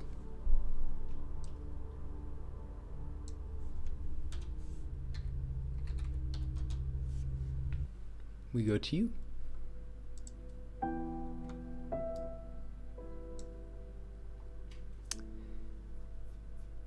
You hear muffled crying from downstairs. Your mother and father have been fighting again. They've been arguing a lot lately. You cuddle your teddies closer. Rosencrantz in particular calms you down when you stroke your cheek with his soft tail. And you hear your mother. What have you done to our daughter? They're talking about you. Something that your dad did a long time ago. Clara, I couldn't have foreseen this. I never knew that we would have And are you happy now, Lord? That is not my daughter. You gave me a monster. Your monster. No, Claret, please. She's still but a little girl. Our girl. These are just gifts. She ripped my eye from my head, Dryden. She bleeds ichor, not blood. Not my blood. She has your depths running through her veins. Did you ever love me? Or did you just need me to make this? Just to save your own skin? There's silence. You sit in your room, tears running down your soft cheeks, soaking the lifeless fur of Rosencrantz. Goodbye, Drayden. Lord of what? Door slams. Your dream ends.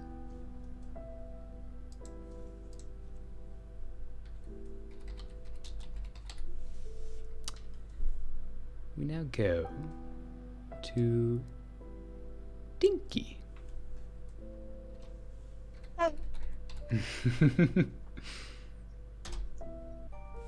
You know, Tinky could dream. Dinky can dream. This might be your first. A little projector in her head. This is strange. You recall a memory. One before you had a mouth that speaks and barely eyes that see.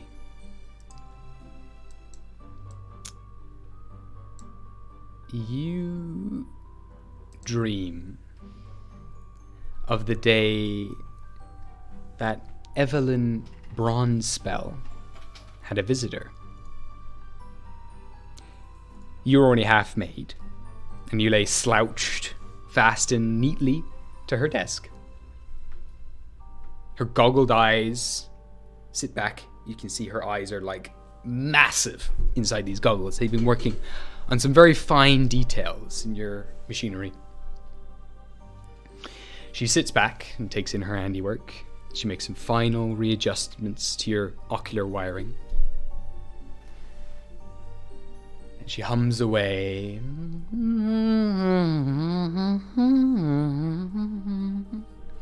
Everything is numb about this. You're simply perceiving the information in this moment. So there's no emotions or connections to this memory that you're having. It's very strange. It's like you're missing something. You're not you yet.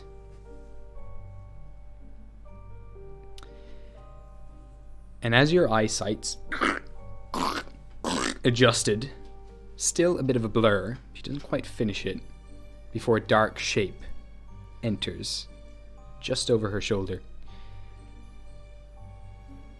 Their figure silhouetted by the orange evening light that rolls into the workshop through dusty windows. I'm sorry, we're closed. You've done well for yourself, Evelyn. Word has travelled far of what you have achieved.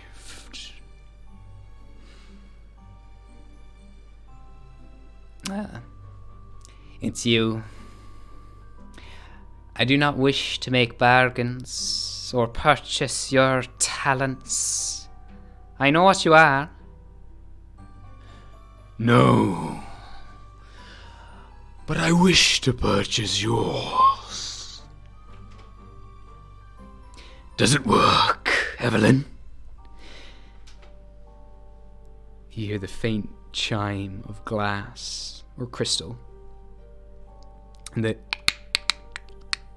click-clacking of nails upon it as the shadowy figure lifts up an orb from her desk. Now, you put that down. You have no idea how valuable that is. So it's true.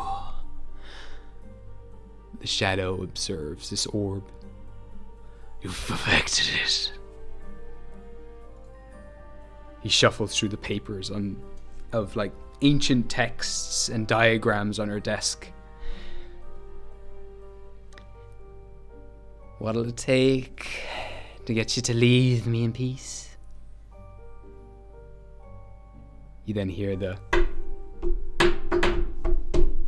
sound of bars of some sort of mineral drop onto the table. Make me one. But I wish to request some creative alterations. And Evelyn Bronze spell reaches up to your face and powers you down. And your memory comes to an end. And the next morning, you all wake up.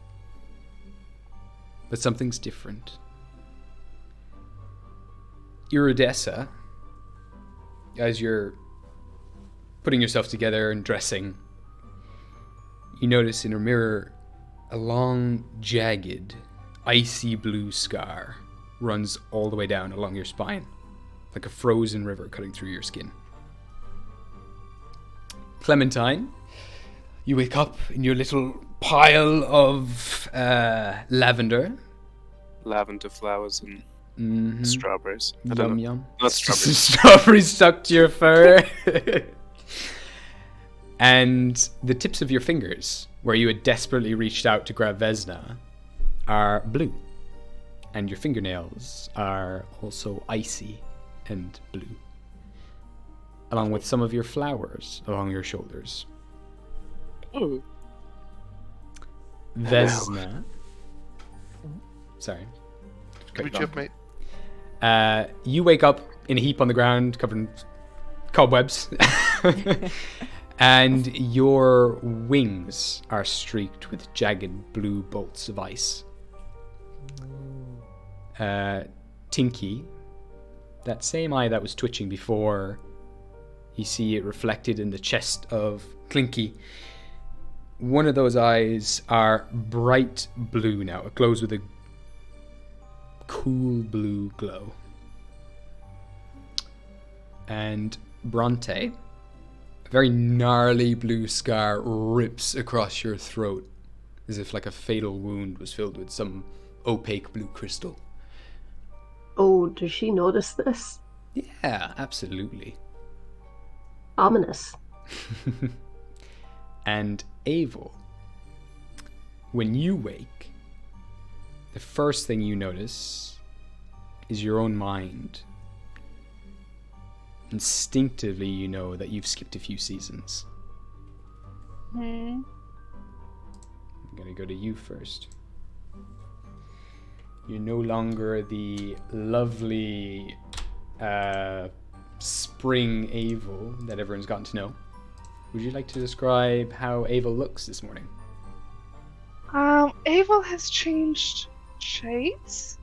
No longer spring green and has sort of taken more wintry form.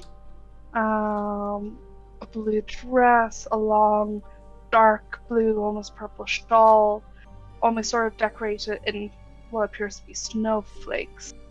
Her one eye has remained purple, but the other has almost gone grey, almost as if just a startling grey, and sticks and twigs and barren leaves are sort of a crown on her head at this point, and snowflakes on her eyelashes.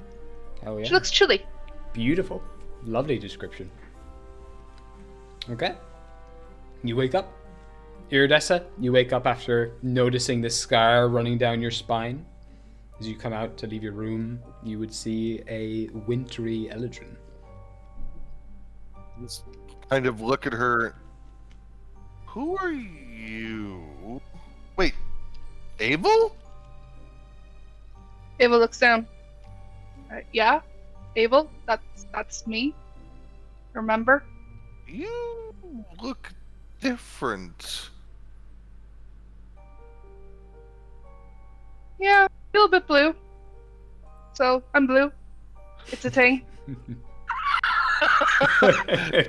I'm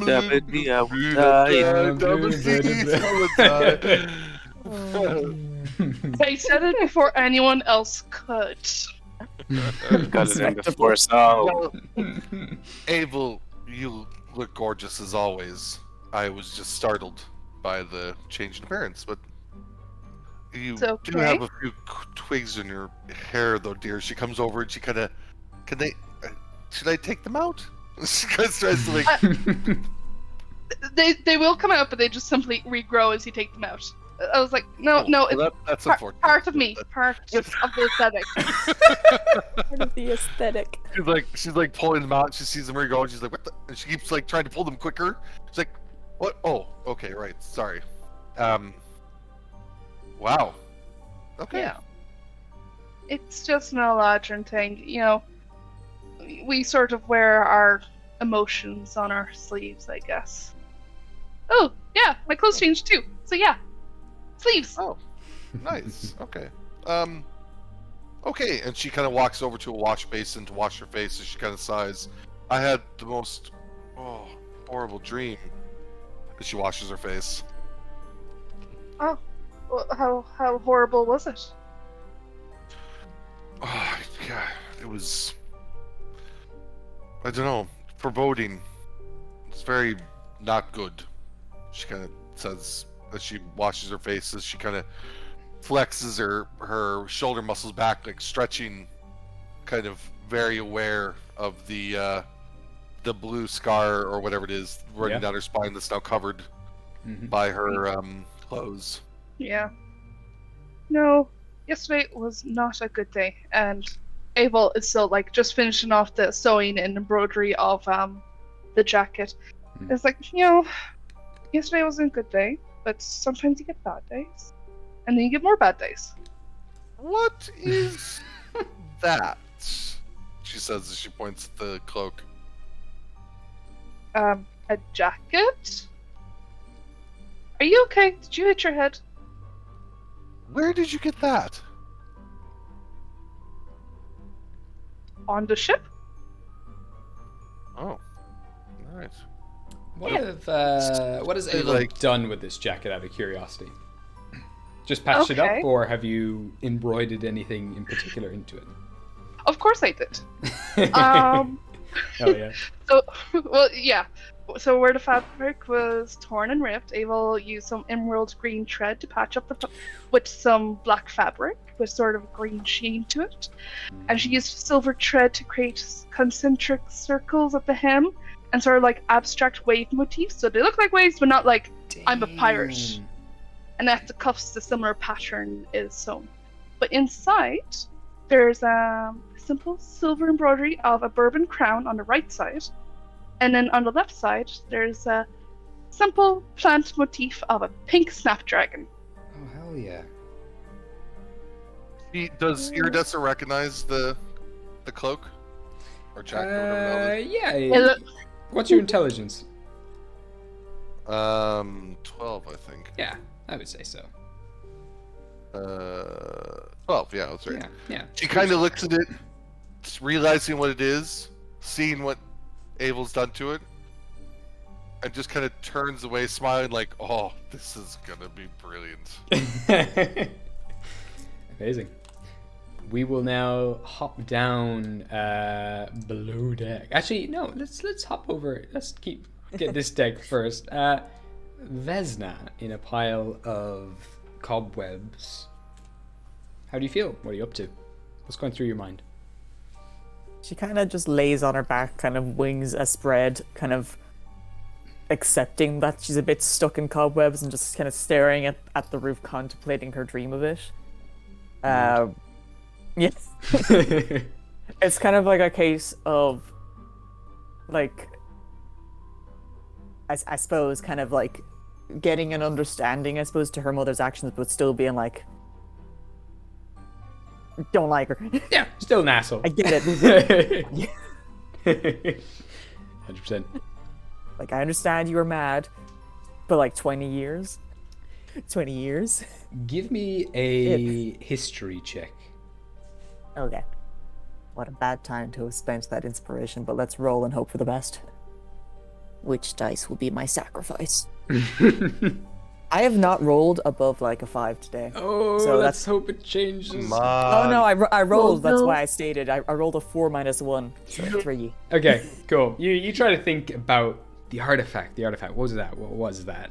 No idea. It was never brought up for you once. You were never told about anything you have to protect. Nope. None of it rings a bell.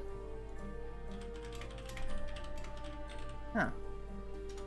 What did that guy steal that artifact? And eventually she'll pot her up. She kind of is just like accepting still the cobwebs. She's like, they'll leave. They'll leave in time. She kind of notices the ice down her wings and tests them out to see if they still work. Yeah, they work fine, but there's something about them. It leaves something more of a mental scar. This weight inside of you that weighs on your creativity and that drive to be creative, that hot air, that fuel that energizes your dreams, that pushes you forward towards that dream, is sapping away slowly. Okay, so she's gonna head upstairs to talk to Titus, but we'll mosey downstairs first, I suppose, to see everyone else's morning rituals. Okay, cool. So you start heading downstairs. Bronte, you wake up. You have a giant bicep across your face, squishing you into the net. You definitely have like marks all over the side of your face where the net pattern has been imprinted. This is fine. She sort of wriggles out from underneath Scalper. I think this is when she notices the large scar on her throat. And she gives it sort of a tentative poke. Does it feel like normal scar tissue to her? No, it feels solid, like it's made of crystal or ice. It's cold to touch. That's really weird to her. Can I make an Arcana check? Yeah, 100%. Let me see. That's 16 plus 6. That is 22. 22. This is a magical scar, 100% left on you, that has developed throughout the night by your encounter with An Daingean. But there's something about it that is not necessarily evil or maleficent. There is a part of it that you think is weighing down on your imaginative being, but there's something else there. There is some sort of connection that is being made, even though it is crude. Something is trying to reach out. It's some sort of bond or mark or connection that's being made throughout the night. Yeah. Right. She's gonna give it sort of a scratch, and she's gonna struggle to her feet. Maybe give Scalper's bicep a pat before emerging and maybe going down to try and find the others. You go right ahead, darling, and I'll just have a few more winks. You're seeing this, right? Then she points to her throat. She's gonna blink one eye at a time. Oh, very nice, very nice. It was very becoming of young Bronte. What is it? It is cool, but I didn't have this yesterday. No, don't think so. I'm sorry, was that one of my horns? She kind of tries to poke the tops of them. No, I don't think so. I'm just going to find the others. I'll be back, alright? Yeah. Alrighty. And she gives her a little pat on the head. Well, as far as she can reach, she has to step on her toes a little bit, and she heads down. Perfect. You go down one of the stairs, Vesna, you head down the other. Meet each other halfway. Oh, you're heading up. Sorry, you're heading up, Titus. Yeah. Sorry. You're heading up. You're heading down. We got you. And as you're heading down, we move down below the deck, where the rest of you are sleeping. Let's go to Clinky. Or Tinky. Apologies.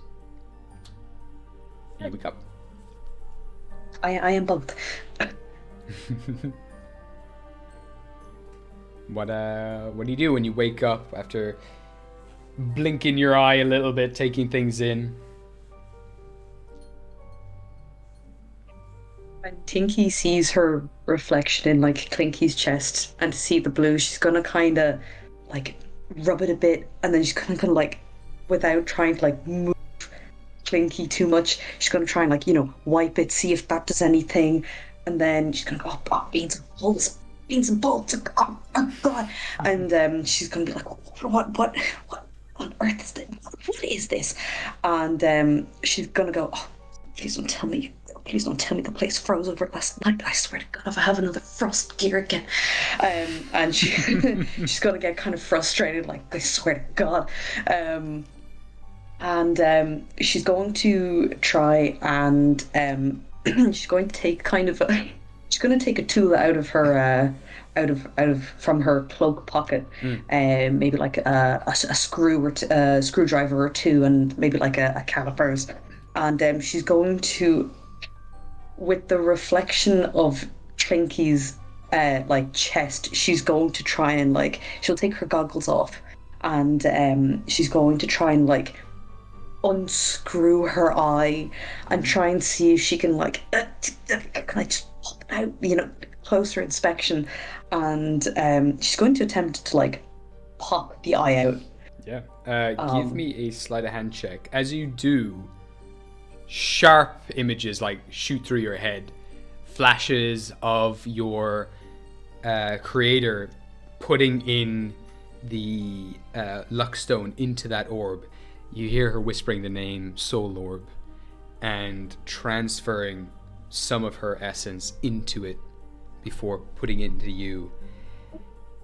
Breathing heavily, and you pop the eye out. What is your sleight of hand check? Let's see if you do so, or you can make it with advantage 100% as well if you're. And that one shoves it further in. I'm so glad You that have because that was 3 eyes. almost a 1.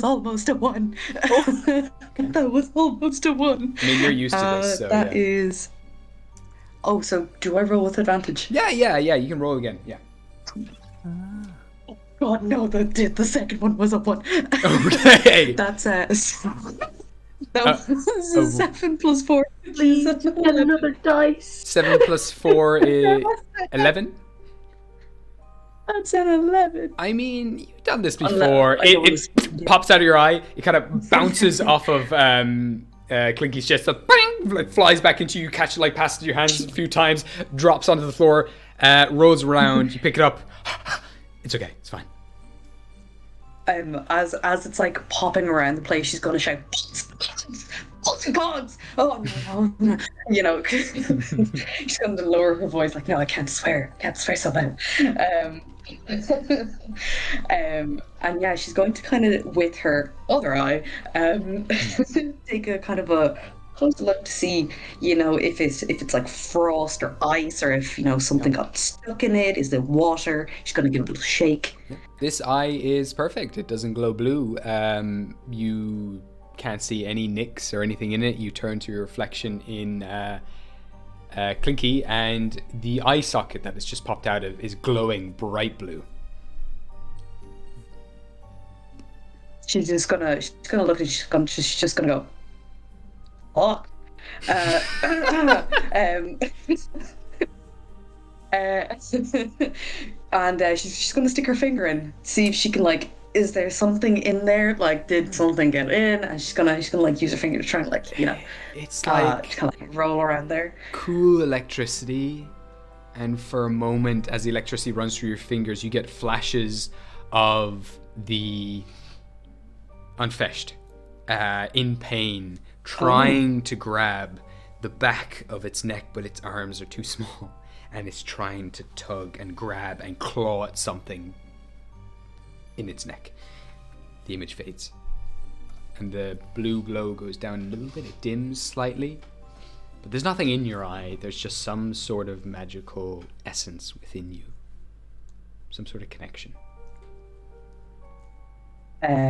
She's kind of going to be a bit stunned at how she was suddenly having visions, and then she's gonna kind of look at the eye again in her hand, and she's just gonna like just slap it back in.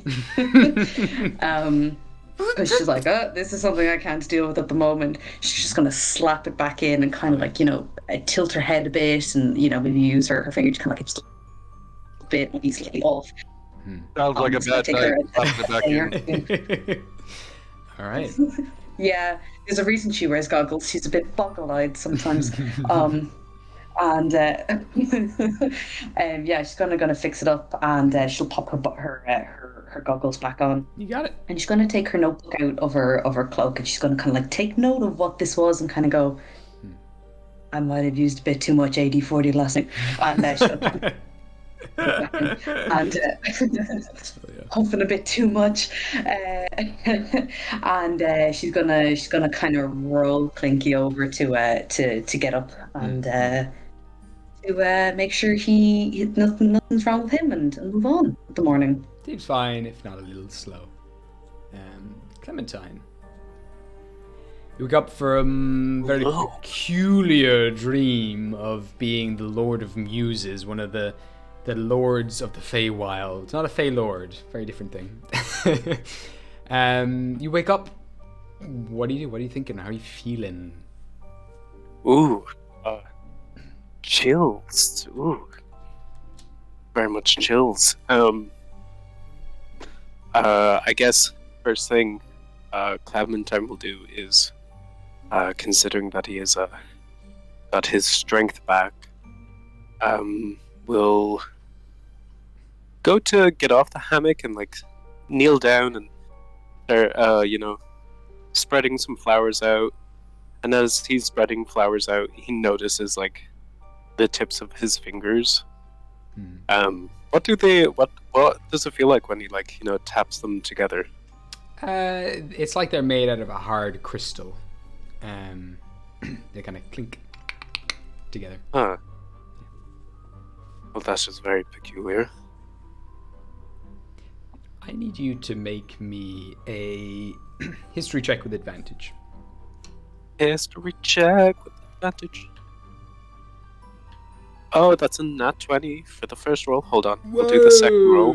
Oh, hell yeah. We'll do the second roll. Super fantastic. Six. Okay. I think I might take that first roll. You for got it, It's 100%. Nat What 20. was the second roll? Yeah. 23 total. Yeah. Ooh. That would... Okay. You look at your nails, you admire them for a moment, and then the dream comes back to you, and the Lord of Muses, natural 20 just 100% tells you, you know the Lord of Muses is the son of An Daingean. Ooh. They exist in the Feywilds, in their own domain. The only way to visit them is to make your way through the Misty Woods and appease them in some way, go through their kind of trials, and you can visit them. In your dream, Mongon failed, 100%. He was going there to appeal to the Lord of Muses to find inspiration. People know that they can go to this person and they can bed them or they can woo them, and in turn the next morning they wake up in the middle of nowhere with buckets of inspiration. Mongon failed that, and he clearly wanted to go there first before going to these festivities. He didn't want to be shown in public like lacking inspiration. Natural 20 tells you they are the child of An Daingean. That is why they are the Lord of Muses. They have equal levels of power. Not to mention the resemblance. It goes as far as they both have green skin. After that, that is the An Daingean is this cartoony worm-like form. Lena Shada, you've never met them. You know they can take many forms. They take the shape of whatever someone's greatest dreams are. But again, natural 20, you know they love spiders. They believe spiders are the purest form of an artiste. And often they take the form of a spider or just someone beautiful, some beautiful androgynous being of nature. There you go. Nothing about, was their form when I was in the dream, was their form this spider form? No, they would have taken this beautiful form, like kind of green skin, almost kind of like made of a crystal, very geometric shapes, pinkish crystal-like hair that was like crystal petals, like sakura petals. Frozen solid, and then they would have worn a kind of a skirt made of very large insectoid wings. Ooh, I'm here for it. Style slaying. After that, Clementine will take 10 minutes. No, not 10 minutes, an hour. I'm not going to spend a spell slot for this. I've got ritual, I can do it. To cast Find Familiar again. Bring back his loving little fractal. From your fingertips, crystals begin to form and flake away until you get your beautiful fractal butterfly. Amazing. Alright. And a boop. Butterfly is here. My dear, you did so well protecting Vesna. I think I might call you Guardian. You just hear a bunch of like crystal like chimes coming off the creature as it flutters its wings in the air. Alright. In this moment, I would say, why you here, Vesna? Get out, we're getting to you soon. Bronte, you managed to make your way downstairs as the others are all making their way out of the rooms. She sort of glances about, and I'd say maybe Tinky's eye is the first one she kind of sees that might be slightly frozen over, and she's like, "Oh, you too, huh?" And she points to her throat. My goodness, my dear Bronte, what happened? Did someone... Oh, what? And she's going to kind of very gently, like, her hands will reach up, but very hesitantly, like, keep jerking back. She's just like, oh my god, who just tried to slit your goddamn throat at night? Oh, I leave no, for like okay. 5 hours and this happens. It's okay. I don't think it's like a typical, throat slit. Also, I think I would have woken up if someone had sliced my throat. I should hope so. You hope so, considering it looks like it happened. And she's going to kind of use her hands to kind of like, come here, like come closer. And she's going to kind of adjust her goggles that it magnifies a little bit. She's going to be like, same color, but I don't know. I don't know. As you're doing this, as you start peering, your eye gets a bit closer to the scar across Bronte's neck. There is this crackle of blue electricity between the two of you, between your eye and the throat, and there's this pang of energy that rushes through the both of you, sends you both back, and there's a rush for a second of inspiration before it fades and goes back to that kind of mellowed out thing that you've got going on right now, where you're kind of lacking inspiration. But in that moment, you feel your artistic creativity come back. Quickly fades, but the image of the wyrm sinking into the sea comes into your head, and then something else, some other figure in a woods, looking somber. Darkness is starting to surround them. Mists come in. The image fades. Oh god, it's a hag. Oh my god. So I think I was right about the magic thing. I'm pretty sure these are magic. In that moment, you're going to hear the most creative curse words ever come out of that robot's mouth, with that rush of inspiration. Never thought it would go there, but here we are. Oh wow, think you go.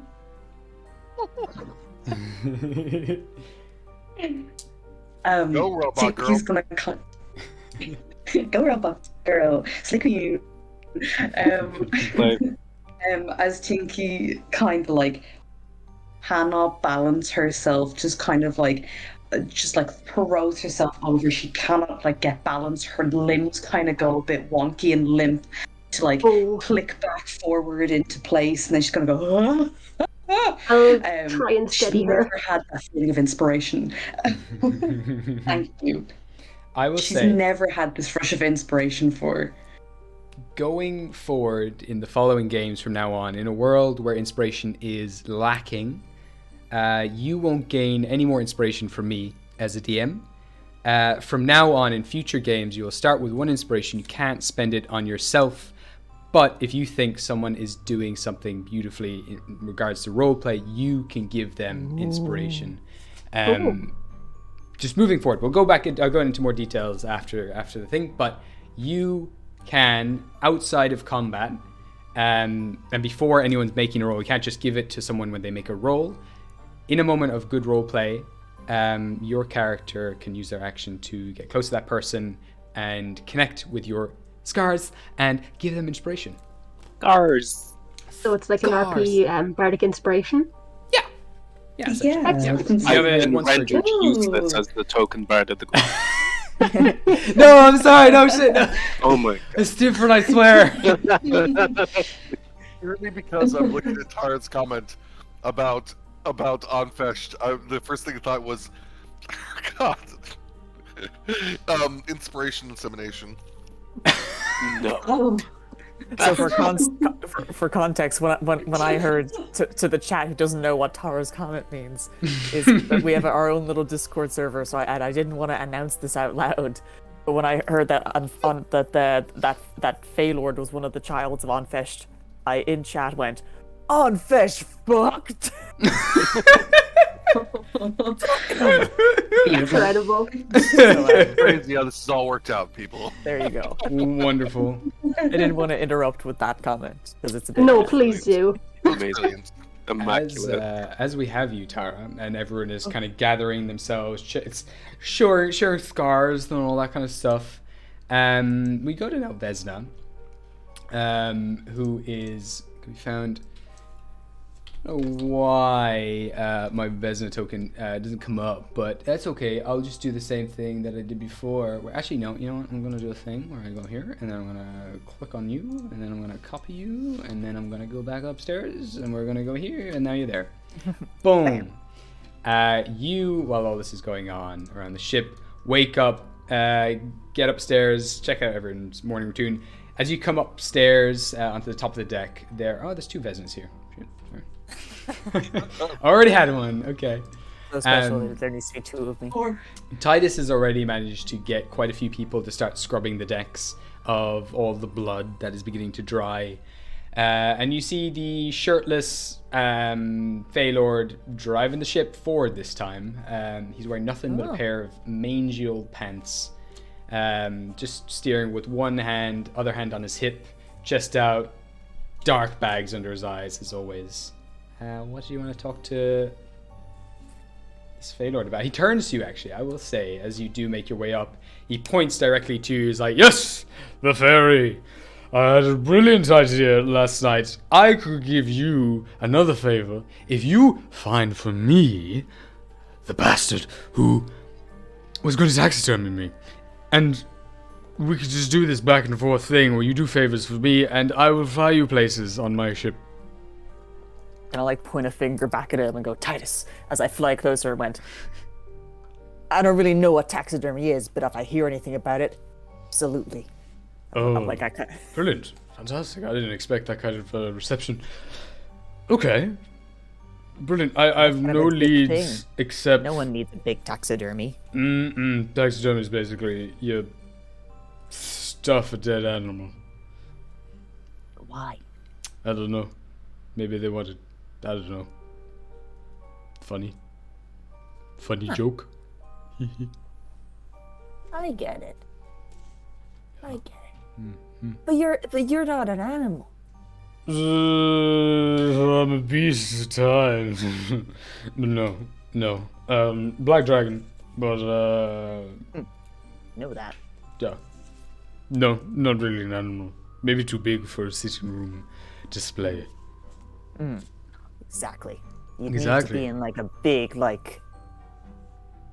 castle. It's a big castle. Exactly. Oh, there we have. Widens out her arms and wings. You're getting somewhere. We gotta look for a castle, a very big castle. Workshop it. Presumably filled with taxidermy. I like you. You've got a brilliant. Maybe that's how we can trick them.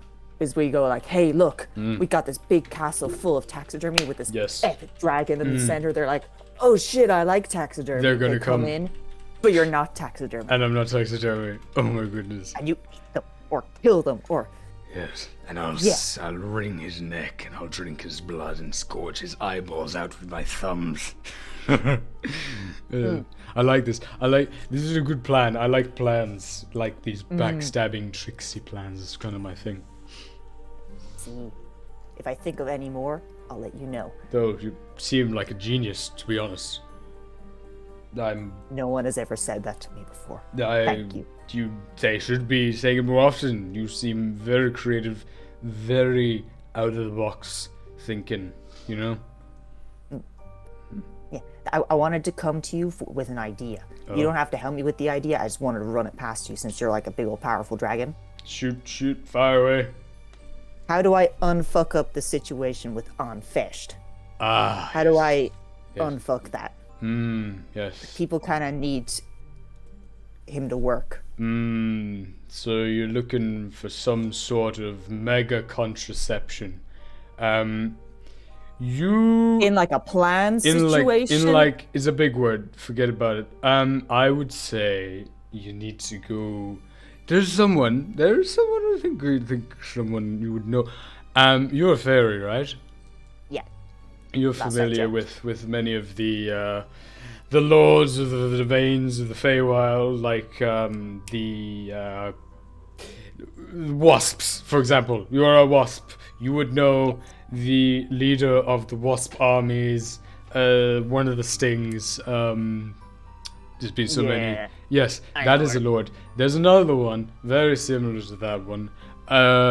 They are a very sexy lord, something like that. Lord of sex or something. That lord, anyway, is I think able to unfuck the worm. He looks I very think proud. my idea has been lost somewhere. No, I think I got it exactly. You're just not getting me. You want to unfuck it, you go to the sex lord. They're, Will that because bring they're back connected. the creativity? Absolutely, 100%. They're both creative individuals. I can't see why not they can't combine. I mean, he seems trustworthy to me, really. 100%. Vesta's just confused.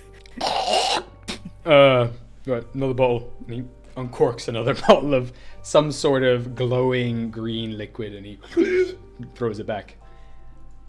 At the stage, is everyone Wouldn't else the kind of... sex lord just fuck on Fest? He's kind of muttering. That's Brilliant. not what I want. Going back down below deck, are other people making their way up now, or are there other things you wanted to do before we go in that direction? Go. I'm happy to make my way up. Yeah, I think I'd make my way up as well. Okay. Clementine just needs to really spend an hour doing that, and then he can And catch up. make his way up. Cool. Make my way. Your Dessel will find Clementine and be like, I need my perfume. Oh my god, what happened? Look at me, I'm not beautiful anymore with my lilies. I mean, unfortunately, flowers do wilt, but I can keep making. Here, Please come here. unwelcome Clem. Let them smell let nice me again. let me serve. Let me fix. After he gets his familiar fix, he's gonna start like full drapage, flowers everywhere. More flowers than yesterday. There's just flowers. Absolutely smothered. You stank of lilies. You were Oh, brilliant. walking almost incense device, like a diffuser. She's convinced this is going to work and struts up the stairs to the top deck like, he's not going to smell me. As soon as you get up the stairs, you're like, oh fuck, it's the serpent again. Be wary, everybody. The queen has arrived. My mother? She's here! No. I'm making a joke of the little wannabe dragon ascending the stairs. See the giant bouquet of flowers? That's them. No, you don't You're see Odessa. me at all. I'm beautifully bouqueted in flowers. Guys, Titus was telling me a plan of how to unfuck the unfeshed.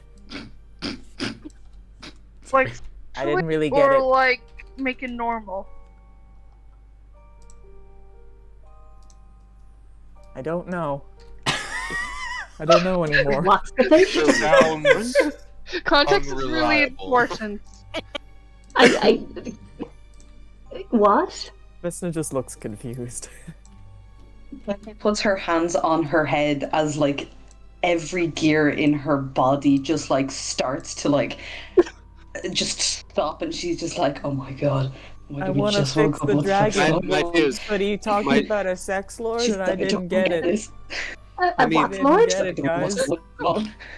I'm not sure. He talked about Phaelords. But, I think he meant my mom has one set. She's not the sex lord, but the other one. I don't get it.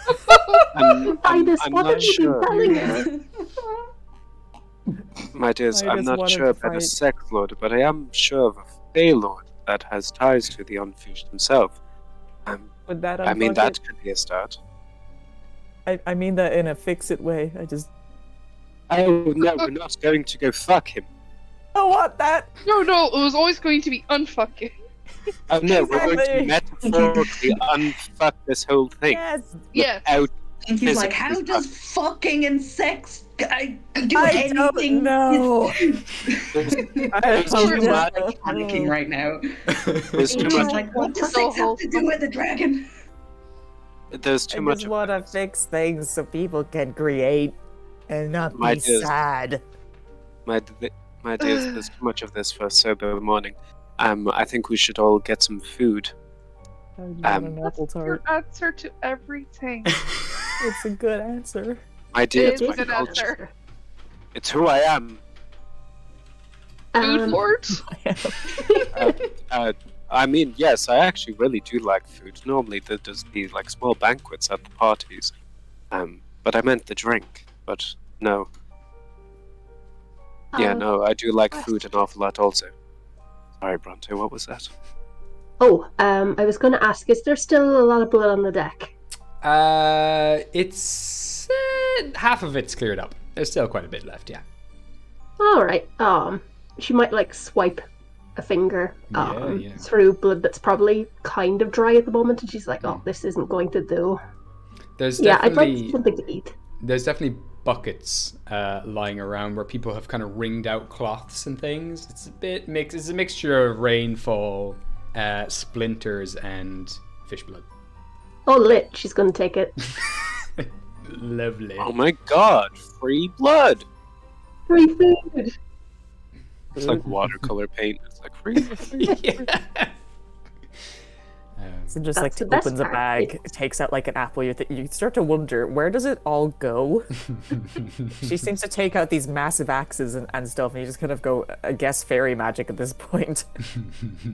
That's Both not her pleased. stomach and her pockets are endless. Like That's a not Looney Tunes pleased. cartoon. These weapons are too big, Vesna.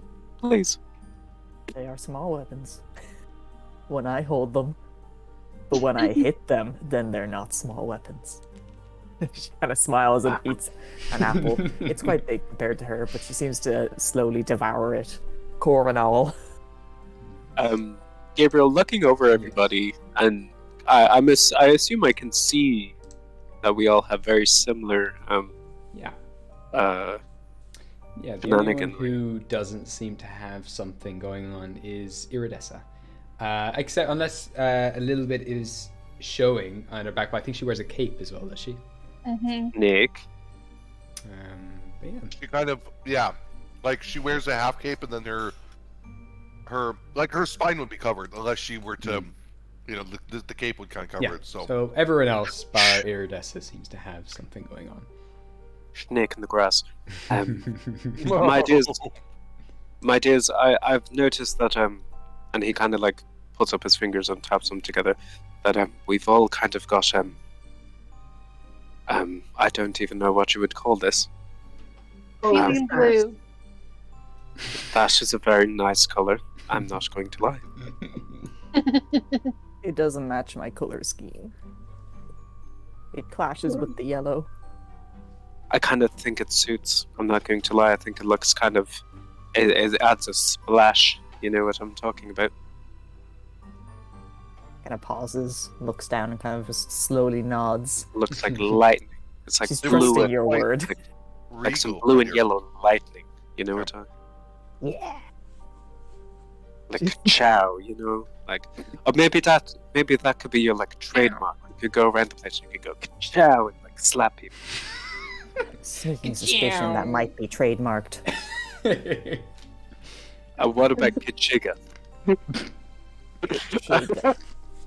Cha-ching. I'll workshop it. Because I do have this this javelin of lightning. Zach I- Zing. I'm here for that. But I'm not sure about you, but I had some very disturbing dreams last night. I actually I had one where I was I don't know. I think took the position of one of the Fey Lords of music, one of the Muse, and I mean it didn't seem right. They are related to Phiast, and I don't know. I feel like it's I feel like it was like a sign. I don't know. You know what I mean? You know what I'm talking about. I'm crazy. I mean, yeah, I had a dream last night too. It was weird. Same. Iridessa kind of looks around at everybody and she kind of turns and pulls up the cape to show her back. She's like, I kind of have one too, I guess. And she kind of taps it. I suppose it taps like crystal, right? Yeah, Even though it moves like skin. Yeah. Yeah. 100%. And she kind of winces as she taps it and puts her cape back down. No, I could be wrong, but I do think it's magic from An Phiast. It kind of looks like, the thing it was spewing yesterday. We all got hit by it. Well, and she turns. Iridessa turns then to Clem and says, "Can I borrow your hands for a minute, Clementine?" You can borrow it myself. My hands are attached. But here you go. Okay. Thank you, Clem. She just takes his hands very lightly. Unscrews the hands. And she casts detect magic on the blue. Yeah. So there is a divine magic running through the blue. Something very, very powerful. Something of godly power. But there is a conflict there. There's something else kind of corrupting. It's a mixture of corruption and divine energy. She kind of gasps and pulls back and relays that to the group. This is divine. Oh my dear Odessa, stop it. Holy shit! Oh, yeah, died. Oh my dear Odessa, stop it. I use water. I use water. Should we leave? And soft. But you don't have to go that far.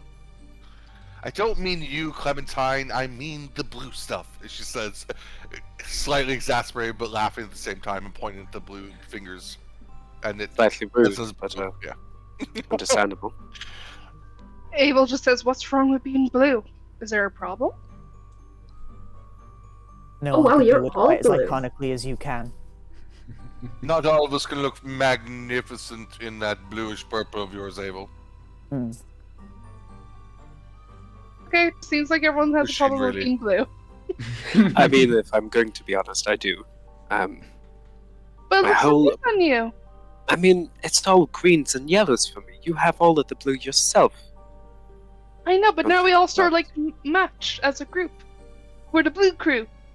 The blue. Oh my god, like the blue. We're the blue crew looking for clues. Holy shit! It reminds me of the group. Audibly wincing. It reminds me of the group that we had at one of the parties back at the Feywild. They were called Blue Man Group. the Bloomin'. I love that. But they were a group of like moon elves. You know, they were a group Oh of moon my elves. Clementine, you must tell me more about them Bald later. blue elves. Yeah, they're just bald blue elves. The elves. They just Yeah. sat in windows. And It was weird because they call themselves the Bloomin' group. They're elven. They're not human. It was kind of, I don't know, it felt weird. Did they stare at you with unblinking dead eyes? Oh yes, no, it was very unsettling. But my god, the Stared vibes back. were immaculate. Did they speak French at you? I don't know what I that is. don't know what that is, but I can know. understand what your Snap. vibes are going. And yes, they did. Did they say something like, "I'm blue, dabba dee dabba da dabba dee"? Was it like that? Not physically, but spiritually, yes. Someone in the audience sung that. He Is was this- a big fan. Is this the new party name? You the Blue Crew? Oh God. No. I'll accept this. There's a room. Abel's gonna like walk away from the group as they're getting lost about the moon elves and stuff and go to Titus and deal with that later. Oh, hello. I don't know you. You smell strange. Me? Why do I Yeah. smell strange? I don't know. You smell like my brother, Tyr. You smell like I snow. smell like your brother. Yeah. What does your brother smell like? Snow and ice and misery and Self-loathing. You smell self-loathing. miserable. That's the word. Thank you. What's your name? Silver hair. Oh, it's you. Never mind. Forget you. Turns away. And he just kind of, you see him, like, his face for a moment, like in a flash, it turns into a black dragon's face as he hisses in your direction, just and then snaps back to his own face. Sorry, Ava, what were you saying? Oh, I was talking. Right. Go on. How can I help you be of assistance? Okay. Abel's very like, that was a lot. There's a lot to unpack.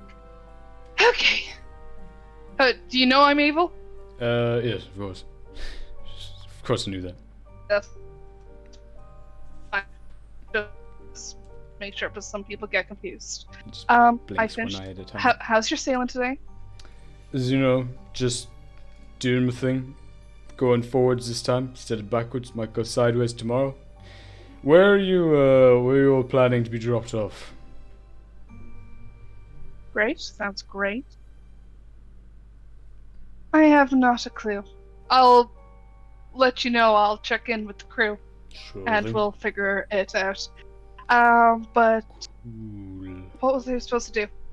Oh yeah, your coat. Your coat. Right. Yeah. My goodness, And- okay. Unpacks the coat and gives the coat, like, so I fix up the things, and like there's a little bit of embroidery there. But, like, normally, okay, I'll be honest with you. Normally I cheat. Okay? I normally pop into people's heads to understand exactly what they want. Uh-huh. This was an attempt of trying to not give you what you want, but give you what you need. Do you like it?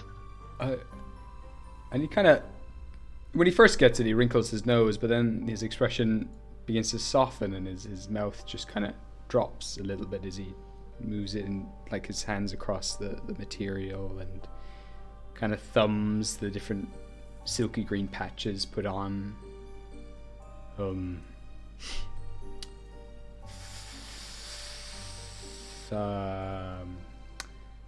It's good. It's good. This is.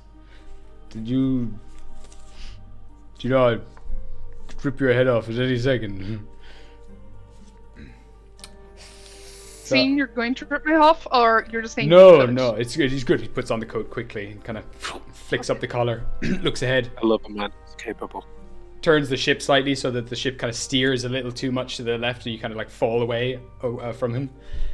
Right, you scallywags! And he kind of stands up on the wheel now, kind of steering it with his legs. Where are you all off to? Where am I dropping you off so I can get this ship into Guinea and crash land it and turn it into a fucking bar? Is Ava warming the cold man's heart?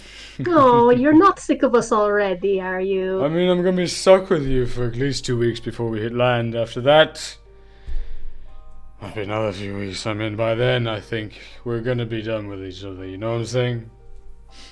Oh, I mean, where Is do there we something want to about go, a Fey guys? Lord? There? I mean, we could go, but I mean, it's a bit difficult to get to him. There's a lot of challenges you have to go through.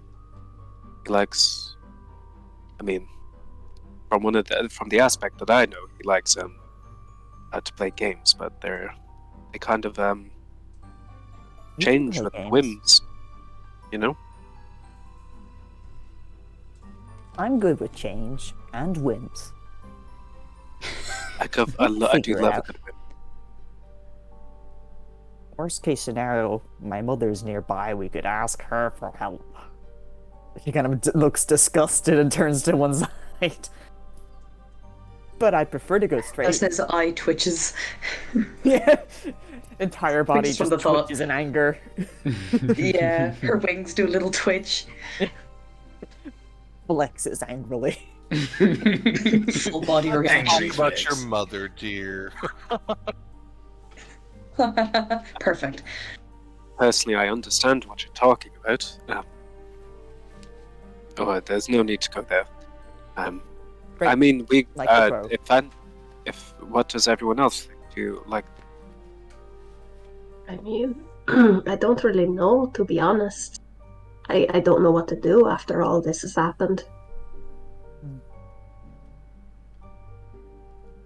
I want to I fix feel. it. Me too. I feel like going to Unfest that is in Salem. pain. Sorry, Clem, go on. I was just going to say, I feel like since, as you were saying, Unfest is in pain, his son, I mean his child, should be told. Maybe they can help. Yeah, they might want to help their father, the parent. Oh, that's a good idea. The Oh, divine. Spawn? Do you know where he is? Somewhere in the Fae. You He's a Fey know, Lord. to get. Maybe only we could save Unfest from himself. Actually, hey Titus, Yeah. do you know where Unfaced Sun is? That was the sex monster I was talking about. Oh no! That one, Oh, no. definitely, 100%. The sex beast. The sex Oh, beast yes. exists in the Feywild. Only way to get there is that very foggy wood. The foggy wood it is. Is this your final answer? Please. He's constantly swishing his Oh. jacket and like showing it off a little bit. I didn't realize he meant by the Lord of Muses as being that Now it creature. makes I sense. mean, to be completely honest, he's not wrong. Clem, maybe Titus had a booty call. That's Oh, why. 100%. 100%. I mean, makes bards are sense known now. for it. They get rambunctious all the time, everywhere. The parties that I do go to are ridiculous. That kind of thing. Going happens everywhere. once. Nesta kind of squints at Clem and kind of like gives a look and just goes, "Okay." Do I Like, I'm in my gonna nature. lean in a bit and just say, I just realised that he was saying foggy and not fucky. This man's giving me very mixed signals, I must say. But I'm glad I finally heard him. Going twice. Is that your final answer? Please. Are we really gonna go where that thing tells us to go? What thing? Titus' look again. I mean, I just avoids looking at him. What I do mean, you I mean that thing? makes sense. Oh no. I mean, what are we gonna do? Pull a hard U-turn and go back? I can do this. I can drop you in the ocean. No. Oh god, no. But Please, it's no. a sea. It's a thunder sea. You'll Drop burn it in the instant. ocean. Oh my I god, can only like fly. lightning, like chow. It's very, very Very, frightening. very frightening. Oh, Titus, you wouldn't drop us in the ocean. You wouldn't do that to us. I mean, if this is your final answer, I will not be dropping you in the ocean or anywhere in a random place amongst the Thunder Plains. Oh, Lord. Use Lord. I mean, Hey, I would Lord. like you guys to come and see my home. That would be fun. Not my home, not my house. I will not be going there. But where I'm from, like Oh. where the Feywilds are. It's a lot I've of heard fun. it's really sparkly. It's very good. I hope you Allergies. don't have never mind. Allergies. Let's go. Let's go. Hay fever. Alright. Going 3 times. Yeah, we'll go. Sold to the flower boy. Woo! Off Step. we go. Gabriel, Yes. may I ask, is Titus still sailing the boat, the ship backwards, or are we finally going forwards? He's going forwards today, and he is now currently steering it with his feet. Okay. Oh, I can't wait man. for Fabulous. tomorrow He's kind of birthday. walking along the wheel, kind of to turn it occasionally, like a treadmill or something like that. And then occasionally, when he seems to yeah. lose balance, you see a giant black wing fly out from his side, catches him with a gust of wind, and he continues walking as it retreats back up his jacket. One day we're gonna wake up and we're just gonna like not find him. We're gonna be like, "Oh God, what's happened?" And he will be flying the ship underneath it as the dragon, just to fuck with us one yeah. day. I I think think we feel so much safer knowing he's driving this. Better I than think, Invesco was driving it. while we're sailing, Bronte is going to walk up to where Titus is and is going to chill on the rail and sort of, you know, the way a toddler will ask you questions constantly and just poke you and be really annoying. Yes. Yeah, this is what she's going to do for a while. He will try to be as patient as he can as he drowns himself more and more in alcohol.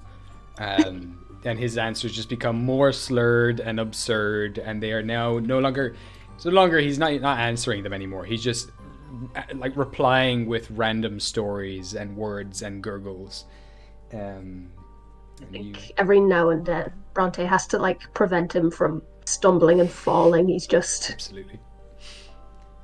But yeah, you sail on over the horizon in the direction of the realm of the Vale, where Coite Driacht is waiting for you. The misty woods, the gateway into the Feywild. And we're going to leave it there for this week's episode. Sweet. Thank you for everybody who's been watching so far. Thank you.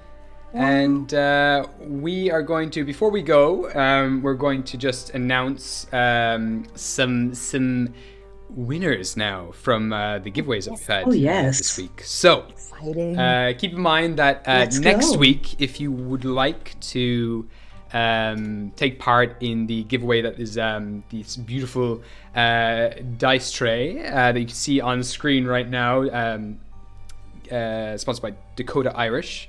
To submit your fan art, simply add the hashtag AD D&D and at Animation Dingle Festival, and also at Dakota Irish IE, and you'll have a chance to take part in next week's giveaway.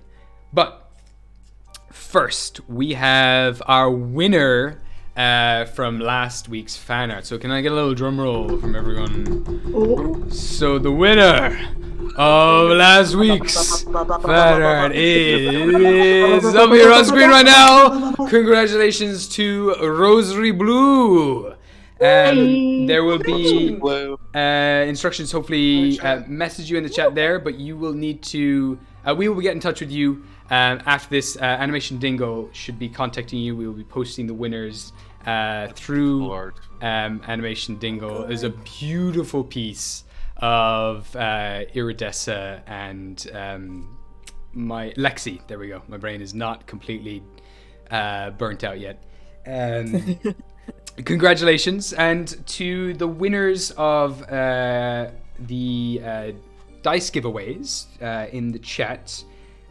First of all, we have XXX Psi. So we have Xipussy. Yeah, brilliant username, it has to be said.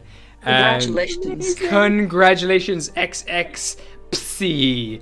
You will hopefully be sent a whisper in chat on how to send all your details to Dakota Irish. If you email them on all those details, you'll be sent on those the beautiful dice.